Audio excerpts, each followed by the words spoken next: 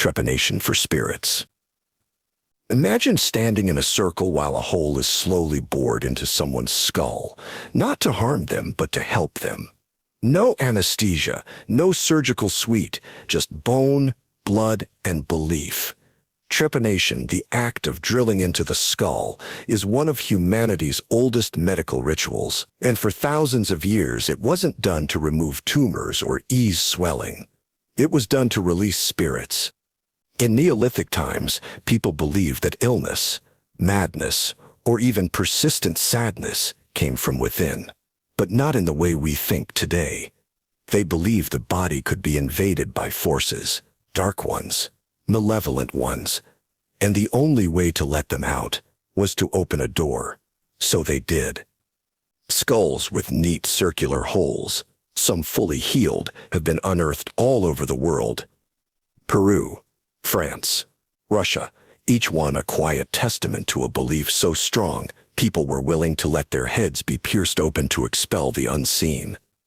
The process was brutal, stone tools scraping through skin and bone. And yet, many survived. Some even had multiple trepanations, suggesting the ritual wasn't always a last resort.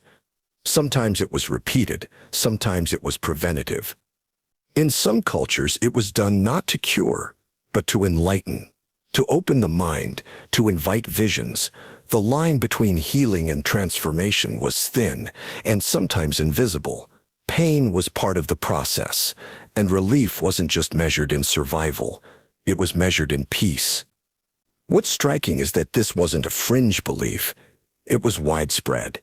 It spanned continents. People with no contact, no common language, all turned to the same hole in the head as their answer. Why? Because the unknown terrifies us. And when fear has no name, we carve one. When suffering has no source, we invent one. Trepanation wasn't just a medical act. It was spiritual storytelling. A ritual that turned invisible chaos into something tangible, something we could cut, remove, release. And though we no longer drill holes to chase demons, we still want relief to come in clean, surgical ways. We still look for darkness inside and ask how to let it out. And sometimes, if we look closely at what came next in human belief, we'll see that the door never really closed. It just moved. It started opening elsewhere. Cargo cults of the Pacific. On the remote islands of Melanesia, something extraordinary happened. During World War II, foreign soldiers arrived with massive ships, strange machines, and endless supplies. They built airstrips, dropped food from the sky, spoke into metal boxes, and then vanished. To the islanders watching this unfold, it was nothing short of divine. They had seen gods, or at least, that's how it felt. The cargo, crates of medicine, clothing, canned food, arrived in thunderous planes. The soldiers received these gifts effortlessly, as if summoned from the clouds. So the islanders built replicas of what they saw. They carved headphones from wood. They shaped radios from bamboo. They constructed full-scale runways and waited for the sky to respond. This was no mockery. It was worship. Sincere, reverent, and desperate. They believed that if they mimicked the rituals, the gods would return. If the airstrips were clean, if the imitation radios were in place, if the men stood at attention, just as the soldiers had, then maybe, just maybe, the sky would open again. These movements became known as cargo cults. They weren't simply about material goods. They were about meaning, about trying to make sense of unimaginable power dropped suddenly into a world without warning or explanation. The islanders weren't foolish. They were human. They watched, interpreted, and adapted just like we all do. And if the logic feels strange, consider this. How different is it from our own rituals? Our sacred routines, our symbols we treat as more than symbols, our desperate mimicry of those who seem to have what we want. Even now, we perform without always understanding why. We imitate success. We follow formulas. We trust, that if we build the right structures, careers, lifestyles, images, something will descend. Recognition, wealth, peace, as if it were cargo. The islanders waited for planes. We wait for moments, for meaning to arrive in sleek containers, for validation to drop from above. But what if it never does? What if the sky stays quiet, no matter how faithfully we prepare the runway? And what if, in trying to imitate the miraculous, we lose sight of what's actually here underfoot, already ours, but invisible to those still looking up? Flat Earth belief. You might think the idea of a flat Earth was left behind in ancient times, replaced by satellites, spaceflight, and photos of our round blue planet. But the belief never really disappeared. It simply changed shape. In the earliest civilizations, the Earth was not a sphere. It was a platform, a disk.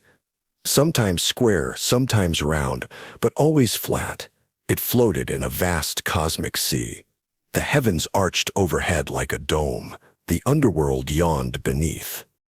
In Mesopotamia, Egypt, even early Hebrew cosmology, this was not metaphor. It was the map, and people lived within it as if it were obvious. Why would they believe otherwise? The ground beneath your feet is steady.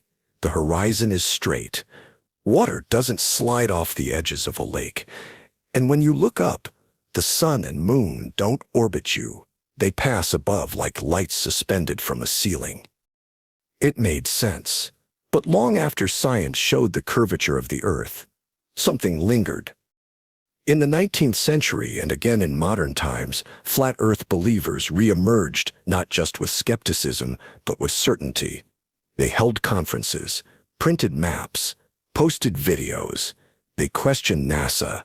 They rejected photographs. To them, the globe was a lie, a conspiracy, a modern myth. Why? Because the flat Earth belief isn't only about shape. It's about control. It's about who you trust to tell you what's real. And when that trust breaks, when institutions feel distant, arrogant, or false, some look down at the ground and decide they'll believe only what they can see. And if that's the Earth, then it must be flat. It's tempting to laugh, but laughter often hides fear. Because what this belief reveals isn't stupidity, it's longing. A desire for certainty, a cosmos that feels honest, visible, explainable. Not a cold universe spinning in endless dark, but a human-scale world, stable and small. In a way, it's comforting. And maybe that's the point. Belief often isn't about truth. It's about safety. And when reality feels too vast to grasp, some will flatten it just to hold it in their hands. But there are others who choose a stranger path. Not to shrink the world, but to step into its mysteries more deeply. And some do so in silence, sitting, breathing, waiting for death to arrive. Not with fear, but with discipline. Mummified living monks. Deep in the mountains of Japan, some monks prepared for death, not as an end, but as a final offering. Over the course of years, they slowly transformed themselves into relics, not through death by time or illness, but through ritual, through intention, through unimaginable self-discipline. The practice is called Sokushin Butsu. It begins with a strict diet, only nuts, seeds, roots, and tree bark. No grains, no meat. The monk endures this for 1,000 days, stripping the body of all fat. Then comes the next phase, drinking a poisonous tea made from the sap of the urushi tree. This doesn't kill them, it preserves them. It makes the body toxic to insects, preventing decay. Eventually, the monk seals himself in a stone tomb, just large enough to sit in meditation. A bamboo tube allows for air. Each day he rings a bell to signal he's still alive. One day, the bell stops. The tomb is sealed. He is gone. But the belief says he has not died. In the years to follow, the tomb is opened. If the monk's body has not decayed, If it has remained intact, still seated, still serene, then he is no longer a man. He is a Buddha, a saint, a sacred bridge between life and eternity. These aren't tales from myth. These mummified monks still exist. Their bodies sit in shrines, draped in robes, honored with offerings, eyeless, lifeless, and yet revered as fully awake. To the Western mind, this can feel grotesque, but to those who practice it, Sokushin Butsu is the highest form of devotion. The final lesson: a body turned into scripture. It isn't just about transcendence. It's about control, mastery over hunger, over pain, over fear itself. It's the idea that if you can discipline the body to such extremes, then the soul will transcend death, not in myth, but in matter. And perhaps, in a world so obsessed with preserving youth, there's something quietly subversive about preserving death instead. Not hiding from it, but becoming it on your own terms. Not every monk who tried became a relic. Some decayed, some were forgotten. But a few remain, silent, watchful, and just below their folded hands, one wonders what ancient understanding they carried, what hidden vision they held, what sacred silence they chose to become. Snake worship is divine. In many cultures, the snake is feared, a symbol of danger, a creature to kill or avoid. But in others, it's something entirely different. Not a monster, but a god. In ancient India, serpents were sacred. They were called nagas, gardens of water, fertility, and hidden wisdom. They lived beneath the earth or deep within rivers. People built shrines for them, left offerings, prayed for their protection. If a naga was angered, misfortune would come, but if pleased, blessings flowed. The duality was never far. Serpent as threat, serpent as savior. And it wasn't just in India. In parts of Africa, the rainbow serpent was a creator deity. In Mesoamerica, the feathered serpent Quetzalcoatl was a god of learning and wind. In Greece, snakes coiled around Asclepius' staff, the very symbol of healing we still use in medicine today. Why the snake? Maybe it's because it sheds its skin, dies and is reborn. Maybe it's because it moves silently, watches patiently, and strikes with precision. The snake feels eternal, neither mammal nor bird. It doesn't blink, it doesn't scream, it simply is. To ancient minds, that stillness wasn't cold, it was divine. In some temples, live snakes were kept as part of the sacred rituals. In others, priests wore serpent masks, and in many traditions, the coiled serpent represented the energy of life itself, dormant, waiting to awaken. Even in modern spiritual systems, like Kundalini Yoga, the serpent remains. It's imagined as a coiled force at the base of the spine. If awakened, it rises twisting upward through the body, opening insight, shedding illusion. Snake worship isn't superstition. It's metaphor made myth. It's reverence for the part of life that moves beneath what's seen, the part that transforms through stillness, that waits, watches, and when the moment is right, changes everything. And just like the snake, there are other creatures we've misunderstood, other rituals that to outsiders may seem unthinkable until we look closer. Up next is one of the oldest funerary practices in human history. Strange, silent, and utterly skyward. Zoroastrian Sky Burials. High above the desert, where the wind never sleeps, the dead were left to the sky. In the ancient Zoroastrian tradition, burial and cremation were not sacred. They were contamination. The body, once the soul had left, was impure. To bury it in the ground was to infect the earth. To burn it was to pollute fire. Both elements were considered holy. So instead, they looked to a third element, the air. The solution was stark. The body was taken to a tower of silence. These towers, Circular stone structures built on remote hilltops were reserved for one thing only: exposure. The body was laid out in the open, placed on concentric rings atop the tower. The outermost circle was for men, the middle for women, and the innermost for children. Then they waited. Vultures came swiftly. Dozens, sometimes hundreds.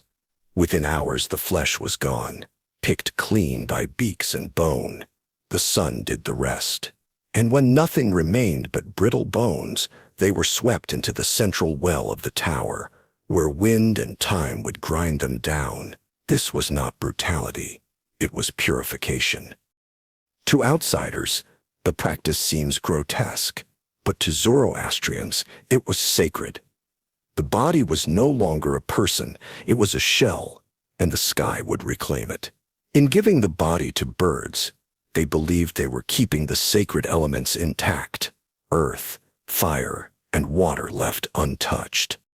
It was also a powerful reminder of impermanence, to see death not as something hidden, buried, or sanitized, but as part of a larger cycle: flesh to flight, identity to dust, ego to silence. In modern times, the tradition has faced obstacles. Urbanization has closed in. Vultures, once abundant, have all but vanished from poisoning and habitat loss. Some communities have turned to alternative methods, but in places where towers still stand, the ritual continues, quietly, faithfully. There's something profound in its rawness, a belief system that faces death with open eyes, that refuses to disguise it, that turns the loss of a loved one into an offering, a surrender to nature. And when the tower empties, and the bones are swept away, what remains is not just death, it's clarity, a reminder that we own nothing, not even our remains, that what we are, we borrow, and what we leave behind is not a monument, but a gesture. And elsewhere, in another corner of tradition, death doesn't always mean goodbye. In some cultures, it is merely a pause. Sometimes, the wedding comes after the grave. Ghost marriages in China. In a quiet village, a coffin is opened not to bury the dead, but to marry them. Ghost marriages, or Mingnan, have existed in parts of China for centuries. The ritual is simple in form, but haunting in meaning. A wedding between two deceased individuals, or sometimes between a living person and a ghost. It may sound like a superstition torn from a fable, but this practice is rooted in deep cultural beliefs. In traditional Chinese society, dying unmarried was considered a tragic fate. Without a spouse, the spirit might wander restless, lonely, dishonored. So families intervened. They found another dead soul, preferably of similar age, and performed a wedding. Paper effigies were burned. Ceremonial rites were held. Sometimes full feasts were prepared. And sometimes bodies were exhumed. These were not just symbolic unions. They were acts of spiritual completion. In some cases, a living person, often a man whose fiancé died before the wedding, would still marry her, and afterward remain celibate for life, honoring her ghost as his only wife. But over time, the practice took darker turns. As demand grew, especially in rural areas, a disturbing trade emerged. Black market agents began sourcing female corpses, sometimes through theft, sometimes worse, and selling them for ghost weddings. These weren't ancient stories. These were modern headlines. A practice that once sought peace for the dead began unsettling the living. Why did it persist? Because in many regions, the dead are not separate from the living. They are part of the family. Ancestors must be honored, spirits must be settled, and harmony with the dead ensures harmony for the living. In this worldview, a wedding doesn't end with death. It transcends it. Love, obligation, and ritual continue, echoing beyond the grave. Even today, ghost marriages still occur, often quietly, discreetly, performed out of view, under the weight of tradition and the fear of unrested spirits. And though the government has condemned the practice, some families will always believe that a soul without a partner is a soul adrift. So they arrange, they mourn, and then they celebrate. Not every culture seeks to restore the soul through marriage. In others, the ritual isn't about pairing spirits but recovering them. Because sometimes a piece of you doesn't die, it just disappears. Shamanic soul retrieval.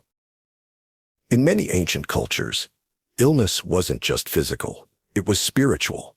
And healing didn't always come in the form of herbs, touch, or rest. It came from a journey into the invisible, into the shadowed places where something once whole had gone missing. This was the work of the shaman. And the illness? It was called soul loss. The belief was that during traumatic events, grief, violence, fear, a part of your soul could flee. Not metaphorically, but literally. It escaped to avoid pain, to survive what your body could not hold. And though you lived on, you lived with a hole. In Siberia, in the Amazon, in indigenous North American traditions, this belief appeared again and again. The soul was not a single piece, but a constellation of parts, and sometimes one part left. The symptoms weren't just sadness. They were numbness, memory gaps, a sense of floating through life, chronic fatigue with no cause, as if something essential had quietly slipped away, and all that remained was echo. The shaman didn't treat the body. They closed their eyes, beat a drum, inhaled smoke, and left. In trance, they traveled the spirit world. They followed threads, spoke with animal guides, searched caves made of memory, fought off entities that clung to the soul fragment like moss on stone. And when they found it, if they found it, they brought it back. The return was not loud. It was breath, stillness, a quieting, the sense that something forgotten had finally come home. To the Western ear, this can sound abstract, even fanciful. But consider how often trauma leaves us feeling not broken, but fractured. Split between before and after, present but distant, aware of life, but not inside it. Soul retrieval is not a cure. It's a recognition that healing isn't always about adding something new, but recovering something lost. And though the language has changed, the idea lingers. In therapy, in dream work, in the way we speak of feeling whole again, we don't always know what we've lost, but we feel its absence. The shaman's drum may be silent now, but the longing for return never left us. And in older cultures, the question wasn't just how to bring back the lost, but how to speak to what lies ahead. Because when you don't know the answer, sometimes you crack a bone and wait for it to tell you. Oracle bones and prophecy. Long before printed books or paper scrolls, before compasses or clocks, there were bones, burned, cracked, and read like scripture. In ancient China, over 3,000 years ago, prophecy was carved into the shoulder blades of oxen and the shells of tortoises. These relics, known as oracle bones, were the earliest known form of Chinese writing, but they weren't made for history. They were made for answers. A ruler might ask, will the harvest be good? Will the war succeed? Will the child live? The questions were carved into the surface. Then a hot rod was applied, causing the bone or shell to crack. The shaman, diviner, or king would then interpret the shape and direction of the crack. The message, it was believed, came not from logic, but from the ancestors, from the gods, from the deeper order beneath what could be seen. And when the prophecy was clear, it too was carved, sometimes with terrifying precision. The harvest will fail. A storm will come. The king will fall. This wasn't a rare practice. Thousands of oracle bones have been unearthed, each one a frozen moment of fear and faith. Together, they form not only a timeline of political decisions and personal hopes, but a worldview. To those who used them, the future wasn't random. It was knowable, not through observation or control, but through contact with forces beyond the veil. In some ways, it was a system of logic, cause and effect, ask and receive. But unlike modern science, it didn't require proof. It required trust. The bone was a bridge between flesh and spirit, between decision and destiny. It wasn't just a tool, it was a conversation. One held with trembling hands and hope that the fire would speak. And it wasn't just kings. Entire communities based their lives on what the cracks revealed. Crops were planted, wars were waged. Lives were saved or ended, not on evidence, but on the shape of a fracture.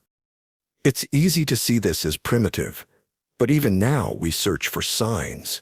We read the market, we read the stars, we check algorithms, horoscopes, patterns of behavior, looking for what the bone once gave. Certainty. The method has changed, but the yearning has not. We want to know what's coming. We want to believe there is a shape to chaos, a whisper in the noise. And in ancient China, they believed that if the ancestors gave you an answer, it meant something else too. That your right to rule wasn't only earned, it was ordained. Heaven's mandate in China. What gives a ruler the right to rule?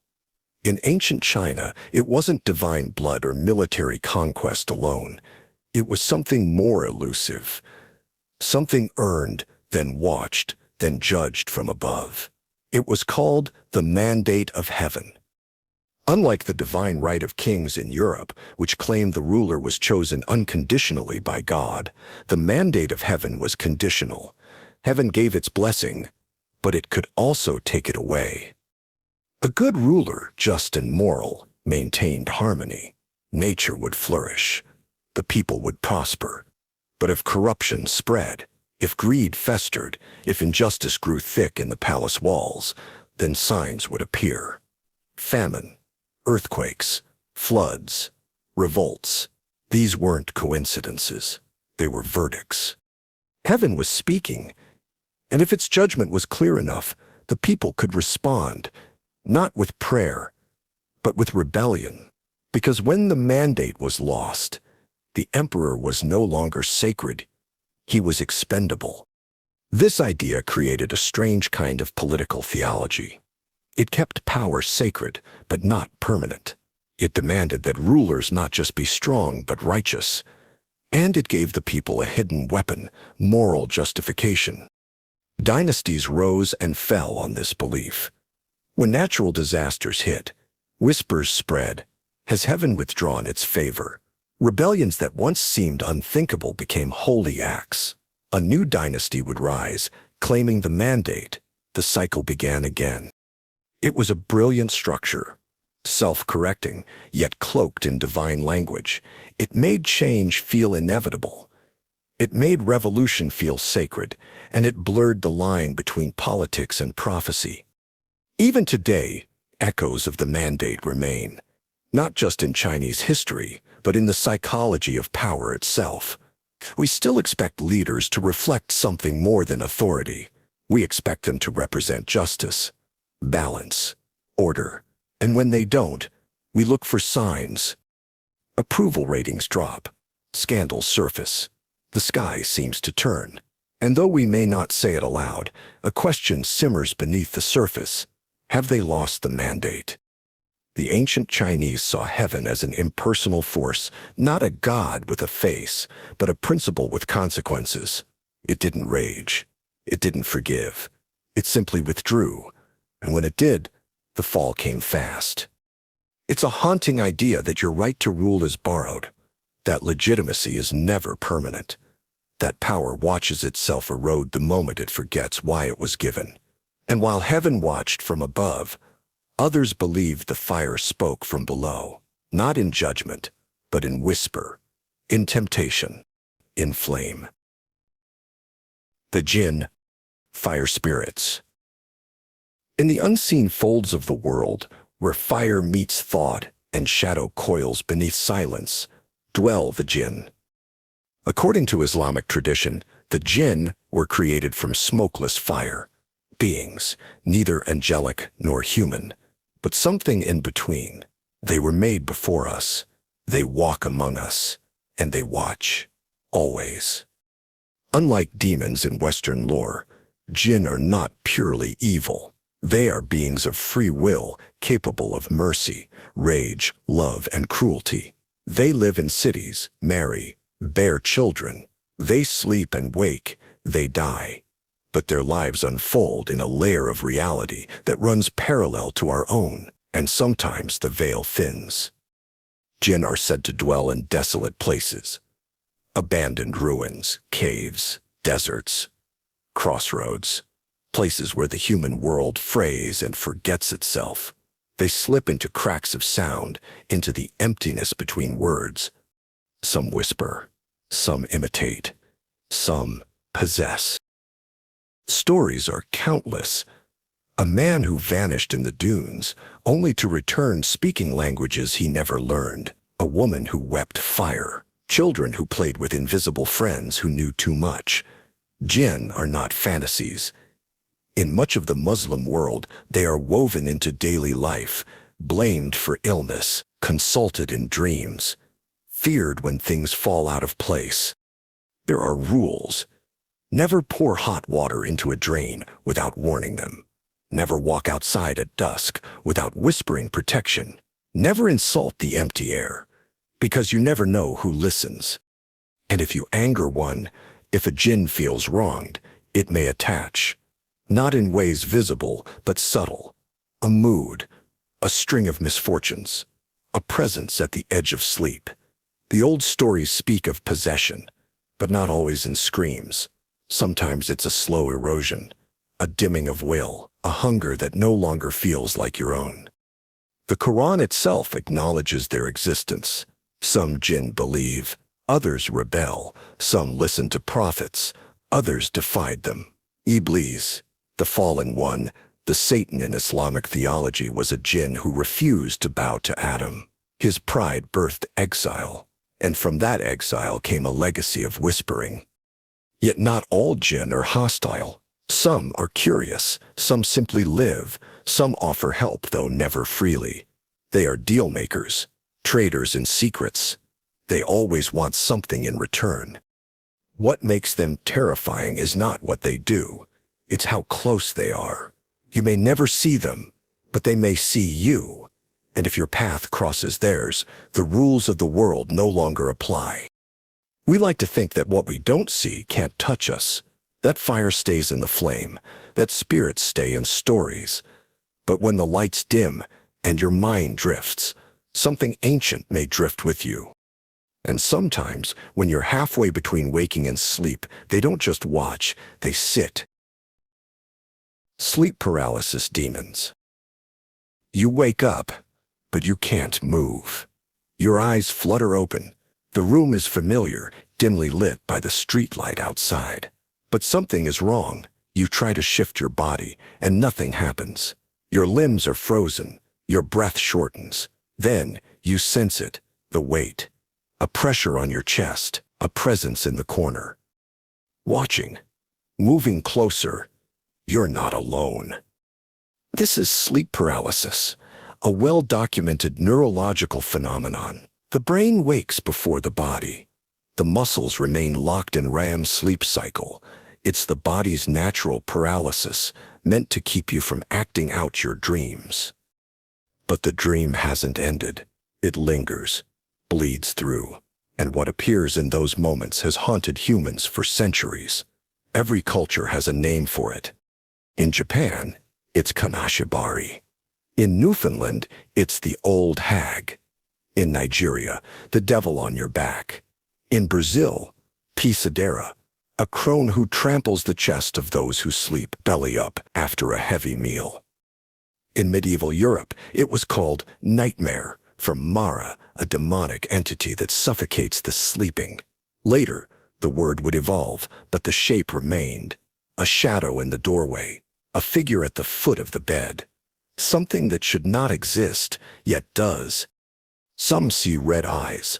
Some see their loved ones warped into something else. Some see nothing, only feel. The terror doesn't come from pain, it comes from helplessness. the inability to scream, to escape, to blink away the dark. And yet, the experience is shared. People across oceans, across centuries, across belief systems, all describe the same thing. The wait, the watcher, the room unchanged and yet wrong. It leads many to ask, how can a brain glitch produce visions so similar? Some researchers explain it as archetype, the brain's ancient library of fears. Others suggest it's the last fragments of REM, misinterpreted by a waking mind, but some don't buy it, because for them, the figure wasn't imagined, it knew things, it spoke, it touched, and sometimes it followed. In certain traditions, sleep paralysis isn't a disorder, it's a visitation, a sign of spiritual sensitivity, a moment when the barrier thins. In some shamanic cultures, it's considered a calling, a sign that you've been marked, that something has noticed you. Whether science or spirit, the fear is real. The suffocation, the dread, the feeling that you're prey for something ancient, patient, and invisible. But what if it doesn't end when you wake? What if there are others, beings, not born of sleep, but of shape, who wait for darkness not to haunt your dreams, but to wear your skin? Skinwalker Beliefs. In the desert lands of the American Southwest, beneath stars so bright they seem to whisper, there are stories people don't tell casually. They lower their voices, they glance over their shoulders, and when the name is spoken, it is not spoken lightly. Skinwalker. Among the Navajo people, the word is Yi-Naldlushi. With it, he goes on all fours. A creature once human, now corrupted. A witch who broke sacred laws to gain the power to change form into a coyote, an owl, a wolf, or sometimes something between. Skinwalkers are not mere legends. They are feared, not as folklore, but as real entities. The stories aren't told to entertain. They're told to warn. According to tradition, a skinwalker is someone who has taken a dark path, committing an unthinkable act, often the murder of a close relative in exchange for supernatural abilities. They wear the hides of animals. They move at impossible speeds. They mimic voices, call your name, lure you into the dark. They are said to be able to control the minds of others, to steal faces, to appear as someone you know until you notice something off. The voice not quite right, the eyes too still. Skinwalker encounters often begin with sound, scratching at the windows, hooves on the roof, a knock where no one stands, and always the sense of being watched, of being hunted. Skeptics dismiss these tales as fear born of isolation, of living in vast open land under endless sky. But ask someone who's lived there, someone whose family won't talk about what happened that one night, and you'll hear something else. Not belief, not disbelief, just silence. Among the Navajo, even speaking of skinwalkers can invite their attention. Names carry power, and so the tradition is wrapped in secrecy, spoken in shadows, not out of superstition, but out of caution. There's also a deeper meaning. The skinwalker is not just a monster, it's a warning, a reminder of what happens when balance is broken, when a person abandons the sacred for the selfish, when knowledge is twisted, when power is stolen instead of earned. In many ways, the skinwalker embodies a recurring fear found in cultures around the world. The shapeshifter, the deceiver, the one who wears your skin, the one who gets too close, too familiar. We like to think evil is obvious, that we'll see it coming. But stories like these remind us it often doesn't arrive with a roar. It arrives wearing a face you trust. And sometimes that's the true terror, not what it is, but what it used to be. Because in even older stories, the fall came not from below, but from above, not from beasts in the wild, but from beings that once served the light. The Watchers. Fallen angels. Long before the fall of Lucifer, there were other angels who broke away, not in defiance of God's authority, but in defiance of his distance. They were called the Watchers. Mentioned in apocryphal texts, like the Book of Enoch, the Watchers were angels sent to observe humanity, guardians, witnesses. They were never meant to interfere, only to watch. But watching turned to longing, and longing turned to dissent. They fell not because of rebellion, but because of love, of desire, of curiosity. The Watchers descended from heaven and took human women as wives. Their unions produced the Nephilim, giants of unnatural strength and knowledge, beings neither angel nor human, hybrid creatures that terrified the ancient world. It was not just lust that damned the Watchers, it was what they taught. They brought knowledge humanity wasn't meant to have. One taught the art of war, another taught enchantments. One revealed how to read the stars, another how to manipulate roots and herbs. They passed on forbidden wisdom, sorcery, metallurgy, divination. They illuminated too much, too soon. The result was chaos. The earth grew violent. Civilization bloomed, but so did corruption. The Nephilim became tyrants, and heaven, seeing what had become of its silent observers, sent down judgment. The Watchers were cast into darkness, imprisoned beneath the mountains, chained until the end of time. Their children, the Nephilim, were destroyed in a great flood. But the story didn't vanish. Echoes remain. Some see the myth of the Watchers as an ancient warning about forbidden knowledge, how power, even when given in love, can become poison. Others believe the Watchers are still with us, bound not in chains, but in myth, in whispers, in rituals that call upon old names. The story taps into something older than any single religion, the fear that the sacred can become corrupted, that even the divine can break. That light can fall. And if it does, what does it become? Not every fallen being grows horns. Some still shine. Some still look beautiful. And that's what makes them dangerous. Because what if the ones who taught us the stars never truly left? What if they linger in the things we were never meant to know? And what if their touch is still felt, not in blood, but in shadow? Because in the next belief, it's not your soul they want, it's your outline. Shadow stealers. There are stories whispered across continents that say your shadow isn't just a reflection.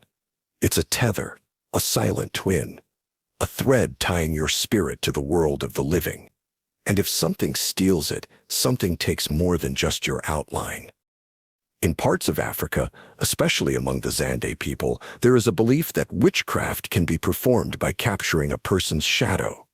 To steal the shadow is to gain power over the soul. You don't need their blood. You don't need their hair. Just the shape they leave behind when the sun hits them right. It sounds metaphorical until you hear the warnings. Don't let your shadow fall into sacred rivers. Don't let it cross certain thresholds. Don't walk carelessly at dusk, because if someone traps it, binds it, curses it, you may never fully return. The idea isn't unique to Africa. In parts of Southeast Asia, it's believed that stepping on someone's shadow can damage their life force. In Haitian Vodou, certain rituals are said to separate the shadow from the body to perform sorcery. In Central American folklore, Los Robasombras, shadow thieves, are beings that stalk the lonely, waiting for that one moment when your silhouette drifts just out of reach. Even in ancient Egypt, the shwet, or shadow, was one of the essential parts of the soul. It followed a person throughout life and remained after death. To damage it was to unravel someone's existence, both in this world and the next. What is it about the shadow that feels so intimate? It knows you. It's with you when no one else is. It mimics your every move, yet reveals nothing of your thoughts. It's a presence without voice, a companion without weight, and that makes it vulnerable. We tend to think of the soul as invisible, but these beliefs suggest otherwise, that maybe the soul has an outline, that maybe your spirit is drawn in light and cast into shape, and that shape can be touched or taken. In many traditions, when a person falls ill without cause, when no medicine can help, they say someone has your shadow. The cure? A ritual, a return, a reclamation of that second self. Sometimes the shadow must be coaxed, sometimes it must be fought for, but always it must be returned. Because to live without your shadow is to drift, to sleep with your eyes open, to move through the world with a body that feels hollow. And in one of the oldest mythologies in the world, the being who gives shape to land, sky, and water, the one who weaves all life into form, moves like a shadow, but shimmers like a storm. Rainbow Serpent as creator. Long before written words or carved monuments, before nations rose or borders were drawn, the first peoples of Australia spoke of a great being, one that slithered across the land, shaping everything in its path. It was not a god in the Western sense. It was not a beast either. It was something older. It was the rainbow serpent. In Aboriginal mythology, the rainbow serpent is one of the most sacred and enduring figures. Its body carved valleys, its coils became rivers, its breath summoned rain. As it moved, it created the land, hills, gorges, waterholes, and mountains. Where it rested, sacred places were born. Where it roared, laws were established. It is called by many names across hundreds of Aboriginal languages. Sometimes it is male, sometimes female, sometimes both. It gives life and takes it. It brings the floods that nourish and the storms that destroy. In some traditions, it carries ancestral spirits in its belly. In others, it births the very soul of the earth. The rainbow serpent is not a myth told for entertainment. It is a living law. Its story is central to the dreaming, a complex spiritual framework that connects every rock, tree, and creature to a shared past. The dreaming is not just history, it is ongoing. A time outside time where the rainbow serpent still moves, still shapes, still watches. To walk the land is to walk its body. And the serpent's presence is not always symbolic. In rock paintings that are thousands of years old, great serpentine shapes stretch across walls in ochre and charcoal. Even today, elders speak of its path. Children are warned not to disturb certain waterholes. Rituals are performed to honor it, not to worship, but to remember, because forgetting is dangerous. The rainbow serpent holds balance between creation and destruction, between respect and punishment. It teaches that all things are connected: spirit, land, human, animal. And when that connection is broken, chaos follows.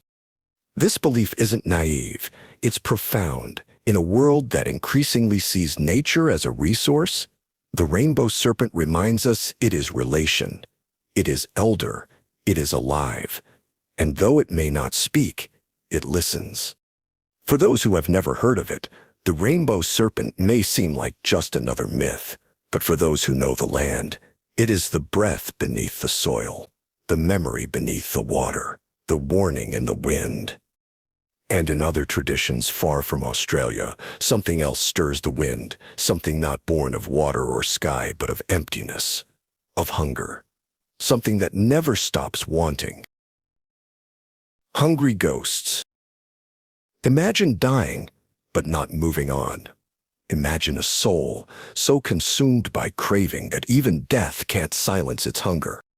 In many Buddhist and Taoist traditions, there exists a realm unlike heaven or hell.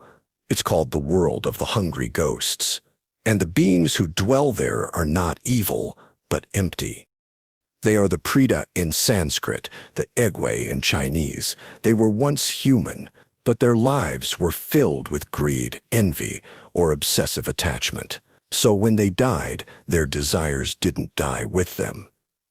Instead, those desires grew teeth.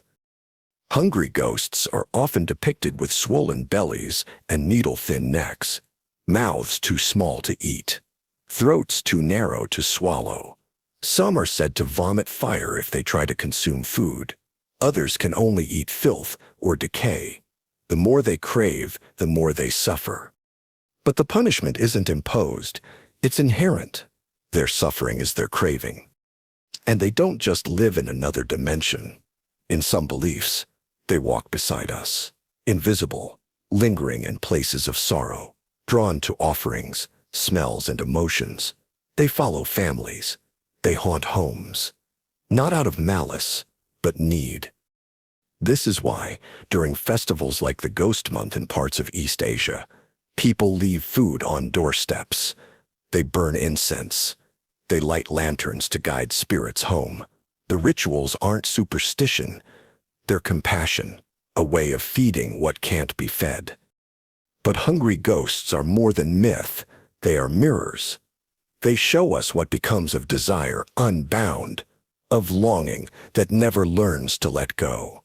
They are what happens when identity is tied to want, when even the soul forgets how to be full. Some interpret the myth psychologically, that the hungry ghost is a symbol of addiction or depression or emptiness in a consumer world, a modern hunger that food, attention, or wealth can't satisfy.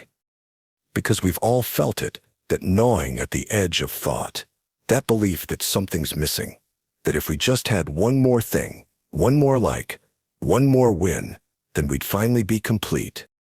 But the hungry ghost never arrives at enough, and so it wanders. The only release, according to some teachings, is remembrance, gratitude, service, acts that break the cycle of selfishness and allow the ghost to rise out of hunger and into peace. Because what we carry in life doesn't always leave us in death. And in another tradition, far from these ashes of longing, something else holds the threads of fate, silent, veiled, and forever weaving in the dark. The weavers of destiny. In the space between cause and consequence, there are hands, silent, tireless, and unseen, threading your fate. Across mythologies, these hands belong to beings who don't rule through force, but through fabric. They don't strike or command. They weave. And in their threads lie your beginnings, your endings, and everything you'll never understand until it's already happened. In ancient Greece, they were called the Moirai, three sisters, Clotho, who spun the thread of life, Lachesis, who measured it, Atropos, who cut it. Even the gods were subject to their work. Not even Zeus could alter what they'd spun.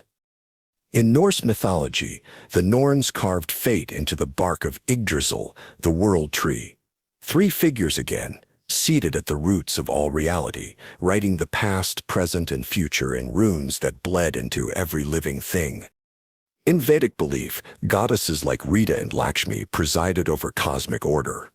In Slavic myths, Radzanica visited infants to whisper their destinies. In West African lore, Anansi the spider, half trickster, half oracle, spun tales that entangled life paths with laughter and consequence alike. Across time, across continents, the pattern is clear. Fate is not a road, it is a web. And the weavers are not cold, nor kind. They are purposeful. They do not interfere out of mercy. They do not punish out of wrath. They only stitch what must be stitched. The terror is not in their cruelty. It's in their impartiality. They don't hate you. They don't care. And still, your every step may already lie along a path they knotted long ago. But not all stories make fate absolute. In some beliefs, the thread can fray. A vow can alter the weave. A sacrifice can buy new lines. In others, the web is in constant flux, a living thing that shifts as you shift. And still, the question remains, are we weaving too, or only being woven? Modern life rarely leaves room for such questions. We speak of free will, of self-authorship, But when things fall into place too perfectly or unravel too suddenly, we often look up or within and wonder whose hands were guiding us. Maybe destiny isn't always visible. Maybe it's something felt in the pattern of repeated mistakes, in the coincidences that stack too neatly, in the moments we meet someone and feel we already know them. Not everything that moves us is visible, and for some, destiny doesn't just shape lives, it shapes legacies, entire bloodlines bound by something older than law, rulers whose names never faded, kings who died, but never stopped reigning. Divine kings who never die. Some rulers wear crowns of gold, others wear the weight of eternity.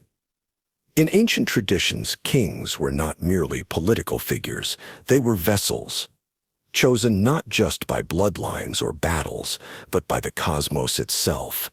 To crown them was to channel the divine. To obey them was to worship. In Egypt, the pharaoh was the living Horus, the falcon god embodied. Upon death, he became Osiris, lord of the underworld. His rule didn't end with death, it changed dimensions. The tomb wasn't a grave, it was a throne turned inward. In Japan, emperors were descended from Amaterasu, the sun goddess. In the Incan Empire, the Sapa Inca was the son of Inti, also a sun god. Each sunrise confirmed his legitimacy. His voice was law, not by decree, but by divine echo. In Mesopotamia, kings claimed the mandate of heaven long before the phrase traveled east to China. There, emperors ruled not just as men, but as the axis between earth and sky. Their failures brought earthquakes, their virtues summoned rain. And in West Africa, Yoruba kings were seen as human deities, Orisha on earth. Their words shaped markets, marriages, migrations, and when they passed, their spirits were woven into shrines, their presence lingering through ritual. These kings did not simply rule lands, they ruled time. Their stories stretched across generations. They were remembered not as history, but as prophecy. Their actions became omens, their lives became templates, and in some cases their deaths were illusions. In Tibet, the Dalai Lama is not a king, but he embodies a similar loop, reincarnated again and again, recognized in the eyes of a child, rising once more to lead. In Ethiopia, legends say the Solomonic line descended from the union of King Solomon and the Queen of Sheba, tying their throne not to conquest, but to divine romance. And in many places, when a king died too young or mysteriously vanished, the people refused to believe he was gone. They built myths of return. Arthur in Britain, Frederick in Germany, the hidden imam in Shia Islam, the king-in-waiting who sleeps beneath mountains or behind veils waiting to rise when the world is ready. What ties these stories together is not politics, it's longing, a deep need to believe that wisdom, justice, and order cannot die with flesh, that some truths are too sacred to vanish. Because when chaos rises and leaders fall, we look backward, not just for comfort but for continuity, and sometimes we whisper that they were never really gone. In the next belief, we explore those who never needed crowns or thrones to embody the otherworldly. Beings who blur the boundary between animal and spirit, between beast and God. Animal-human hybrid spirits. In the ancient imagination, the boundary between human and beast was not fixed. It breathed, shifted, blurred. And in that liminal space, where claw meets hand, where fang meets voice, emerged something both feared and revered, the animal-human hybrid spirit. These beings appear across cultures, across centuries, part animal, part human, and wholly other. In some stories, they protect. In others, they punish.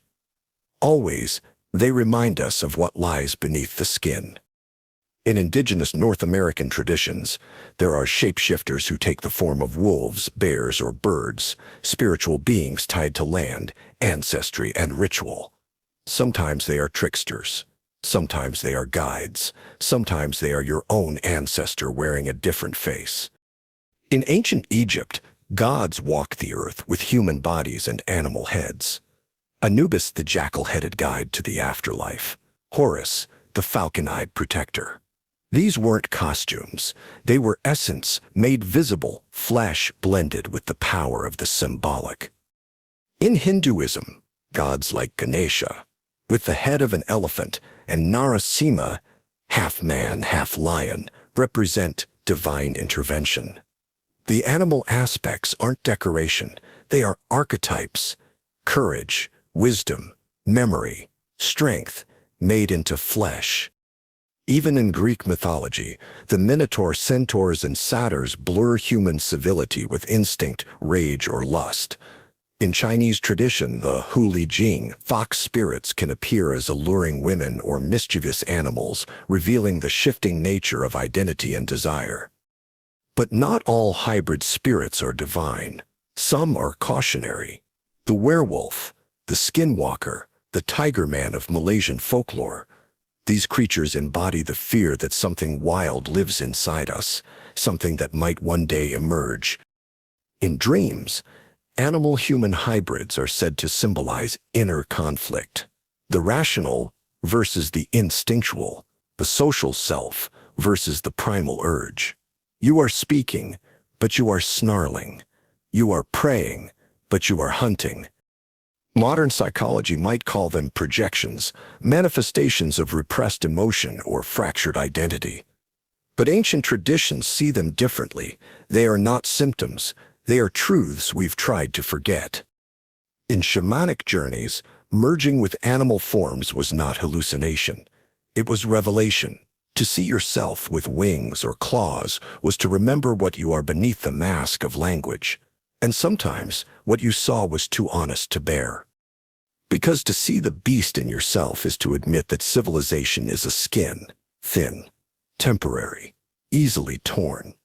And in the next belief, that skin isn't just thin, it's already rotting.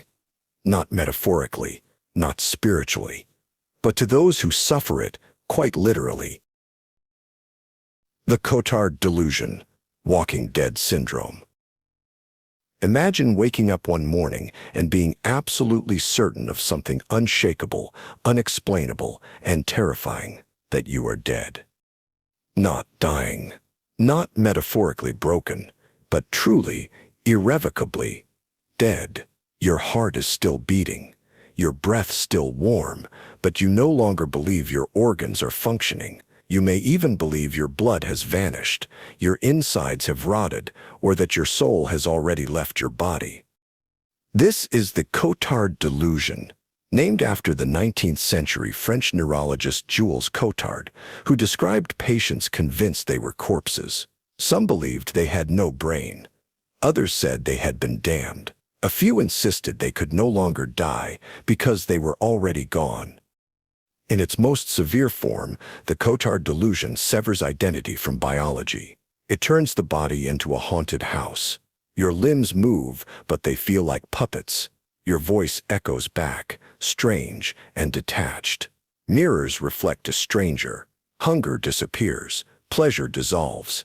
Nothing matters because nothing is alive. It often emerges in the shadow of deep depression or psychotic breaks.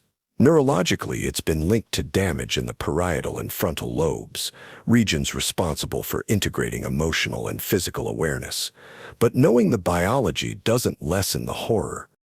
Because this is not a fear of death, it's the conviction that death has already happened and that you're now a ghost trapped in flesh. Some patients stop eating, not out of sadness, but logic. Why nourish a corpse? Others visit morgues or cemeteries, convinced they belong there. A few have even requested to be buried. In rare cases, those with Cotards can also experience a grotesque form of immortality. They believe they cannot die because they've already passed the threshold. Time no longer applies. The laws of physics feel distant. Everything becomes hollow. It's more than delusion. It's existential disintegration. Philosophers might see Cotards as a twisted mirror of solipsism, except here the self isn't all that exists.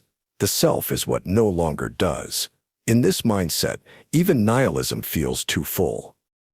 And yet there's something hauntingly familiar about it. How often do we walk through life detached, scroll through hours like phantoms, drift through relationships like echoes, forget what it feels like to be fully in a body? Cotards may be rare, but the feeling of absence, that's common. We fear death, but sometimes what we fear more is the slow, silent belief that maybe we've already crossed the line and no one noticed. And in the next belief, that internal silence may not be a symptom at all, but the way minds used to function before consciousness as we know it even existed. Bicameral mind theory. What if consciousness, your inner voice, your sense of self, didn't always exist? Not just in animals, not just in machines, but in humans. What if, for much of ancient history, people didn't think, they obeyed? This is the chilling proposition of psychologist Julian Jaynes and his controversial theory of the bicameral mind. According to Jaynes, early humans weren't conscious in the way we are today. They didn't introspect. They didn't reason through decisions. They heard voices, real voices. Voices they believed came from gods. Jaynes argued that the human brain, particularly the two hemispheres, once functioned differently. The left hemisphere, responsible for language and action, received commands from the right, which generated hallucinated voices during moments of stress or decision. Those commands were experienced as divine, not metaphorically, literally. The gods of Homer's Iliad don't advise or inspire, they speak, they order. Achilles doesn't debate his choices. He hears Athena in his ear. Agamemnon isn't torn by guilt. He's visited by a dream sent from Zeus. There's no inner monologue, no self-questioning.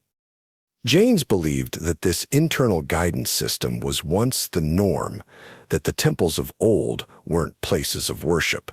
They were control centers, where kings, priests, and oracles mediated the divine voices that governed daily life. But something changed. Around 1200 BCE, societies collapsed. Cities burned, literacy spread, and the voices, those commanding gods, fell silent. Chaos followed. People had to start making decisions without divine instruction. And in that vacuum, something new emerged. Consciousness. The ability to think about thinking, to question, to doubt, to narrate one's own life. Jaynes believed that consciousness as we know it is only a few thousand years old, that it had to be invented, like writing, like wheels.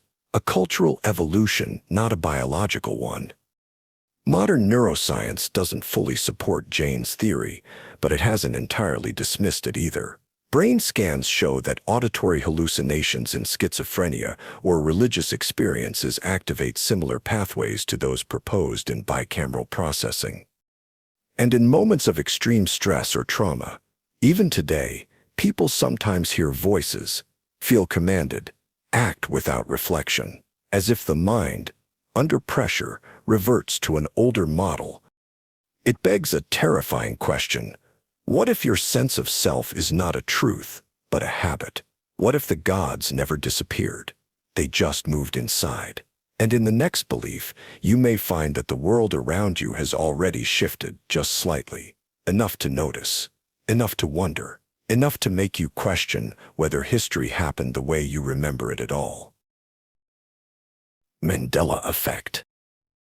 You remember something clearly, vividly, beyond doubt. A name, a logo, a moment in history. You could swear it happened that way. But then you check, and it didn't. You're not alone. Thousands of people remember Nelson Mandela dying in prison in the 1980s. They recall the funeral, the global mourning, the headlines, but he lived until 2013. The inconsistency was so widespread that it gave a name to the phenomenon. The Mandela Effect. It doesn't stop there. Did the Monopoly man wear a monocle? No. Did Pikachu have a black tip on his tail? He didn't. Is it Luke? I am your father. The line never existed. Entire crowds remember movies, books, or product names that were never real. They remember another version of reality. Some blame faulty memory. Our brains filling in gaps, rewriting the past to fit expectation. We misremember, they say. We confabulate. But the sheer volume and consistency of these misremembrances start to feel coordinated, like echoes from a different world. That's where the theory turns. Some believe the Mandela Effect is evidence of alternate timelines, that our reality has split, glitched, or merged, that what you remember is not wrong, it's just from a different branch. A universe where Mandela did die in prison, where Monopoly Man did wear a monocle, where Febreze had 2 E's, and somehow you slipped or everything else did.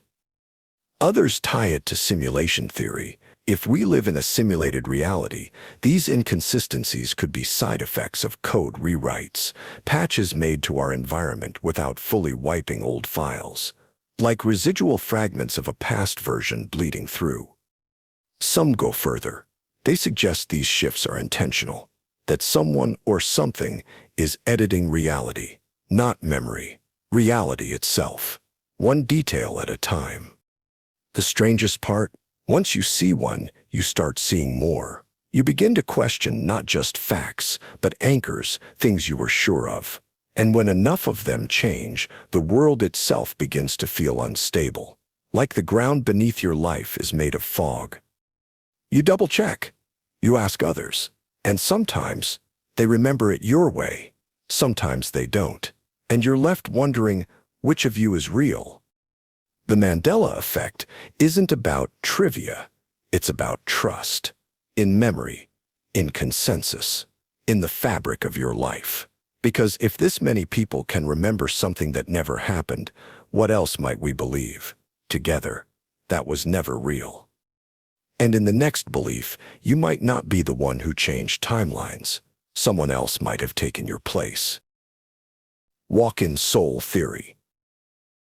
You wake up one day, different. Not just in mood, not just in memory, but in essence, something has shifted. The way you speak feels foreign. The way you look at the world has changed. You remember your past, but it doesn't feel like yours. And your loved ones sense it too. They say you've changed, that something in your eyes is no longer familiar. According to the walk-in soul theory, that feeling isn't a crisis. It's a replacement. This metaphysical belief suggests that sometimes a soul leaves a living body and another, entirely different soul walks in to take its place. The body remains the same.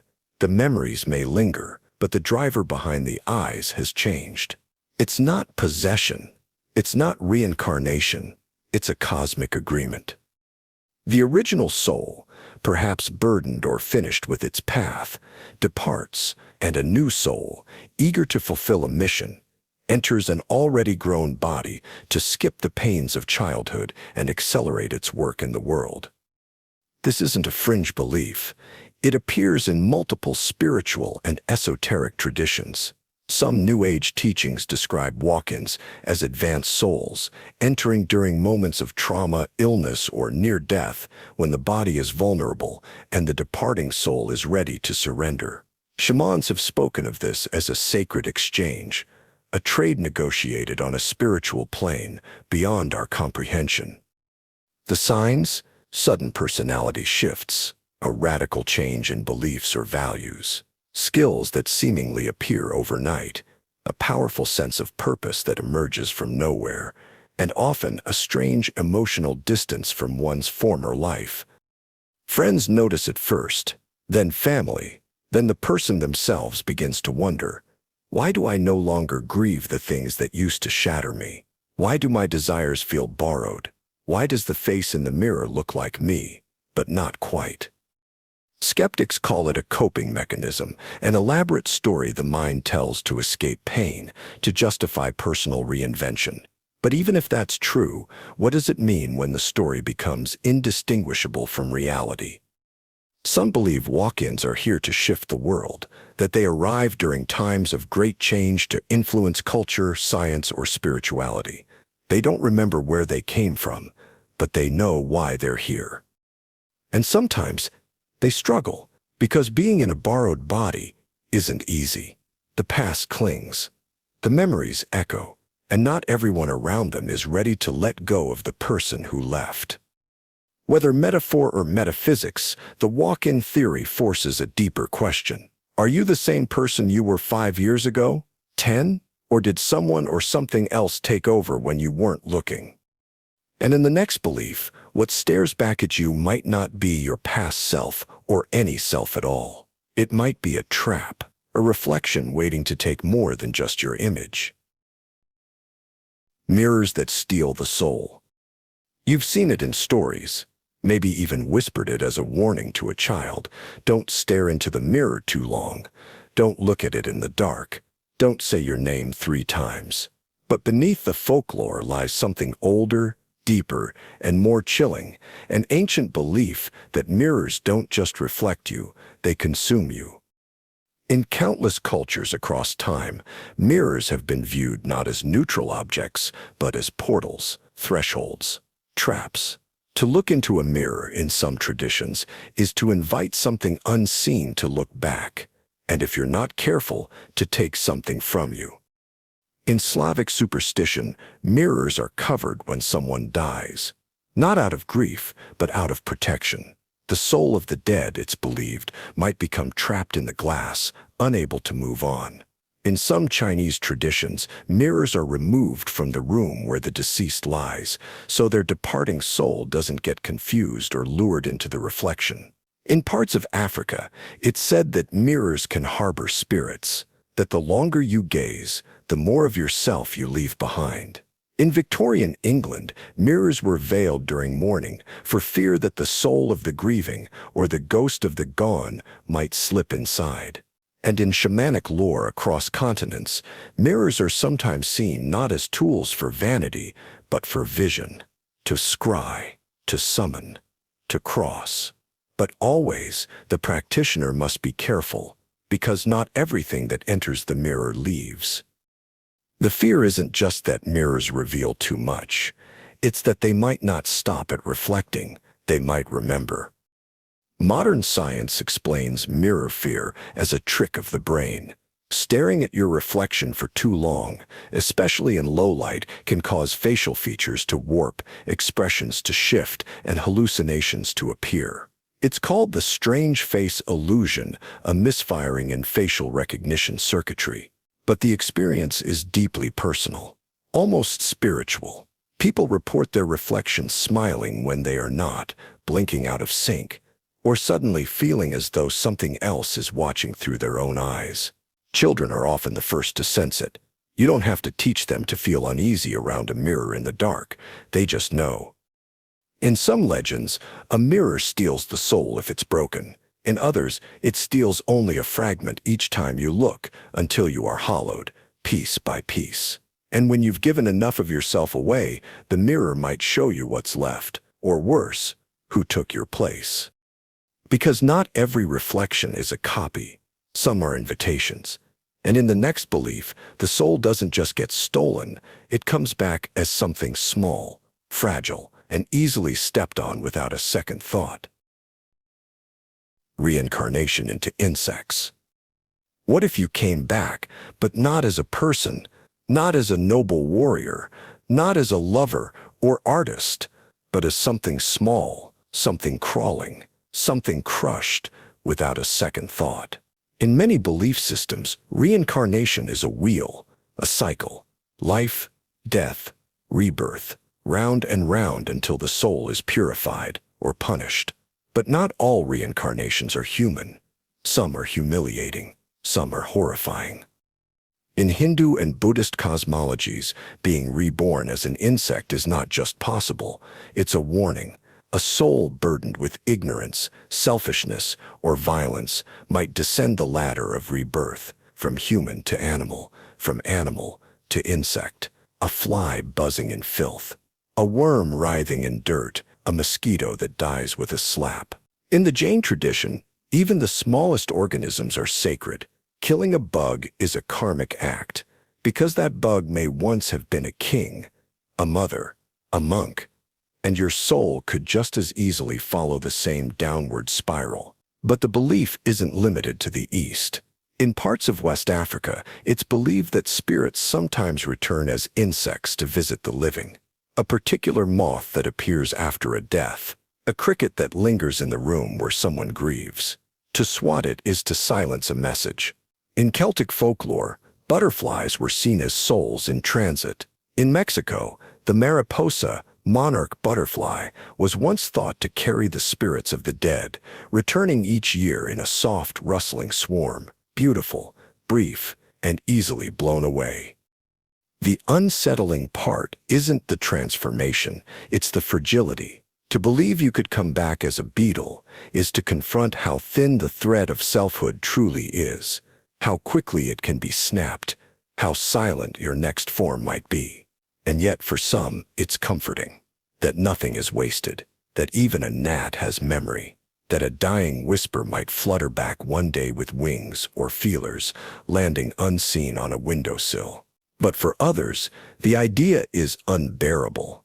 To spend a lifetime learning, striving, weeping, and return as something scuttling through rot, something too low to even be feared, it suggests that dignity is not guaranteed, that evolution is not a straight line. And it calls into question, what if your soul is still paying for something it can't remember? The next time you kill a fly, consider this. It may have once been someone who thought their story had ended. Someone who prayed to be free, to be forgiven, to be reborn. And now their entire existence ends with a twitch beneath your palm. But in the next belief, death doesn't wait for the body to return. It sends a message ahead of time, slipping into your dreams, whispering what's to come. Dreams that predict death. You wake in the middle of the night, heart pounding. You saw someone die, not in a nightmare, not in chaos, but in stillness, in silence, as if the world was whispering something it wasn't supposed to say. Then it happens. The person you dreamed about dies. Maybe not right away, maybe not in the same way, but close enough that you stop calling it coincidence. Cultures across the world have long believed in precognitive dreams, visions that foretell death before it arrives, not symbolic, not metaphorical, literal glimpses of endings yet to unfold. In ancient Rome, dreams were considered messages from the underworld. The dead spoke through them, offering warnings, requests, or signs. In Egypt, dream books listed specific symbols said to predict imminent death: a collapsing house, a bird with broken wings, a darkened mirror. Among the Zulu of South Africa, it is said that ancestors send dreams to alert the living of danger: a coffin, a snake, a shadow standing at the foot of the bed. These are not dreams, they are visits. In the Philippines, dreaming of teeth falling out means someone close will die. In Appalachian folklore, dreaming of a white horse signals a funeral. In modern Japan, it's not uncommon for someone to report a death dream to relatives, just in case. Science explains it differently.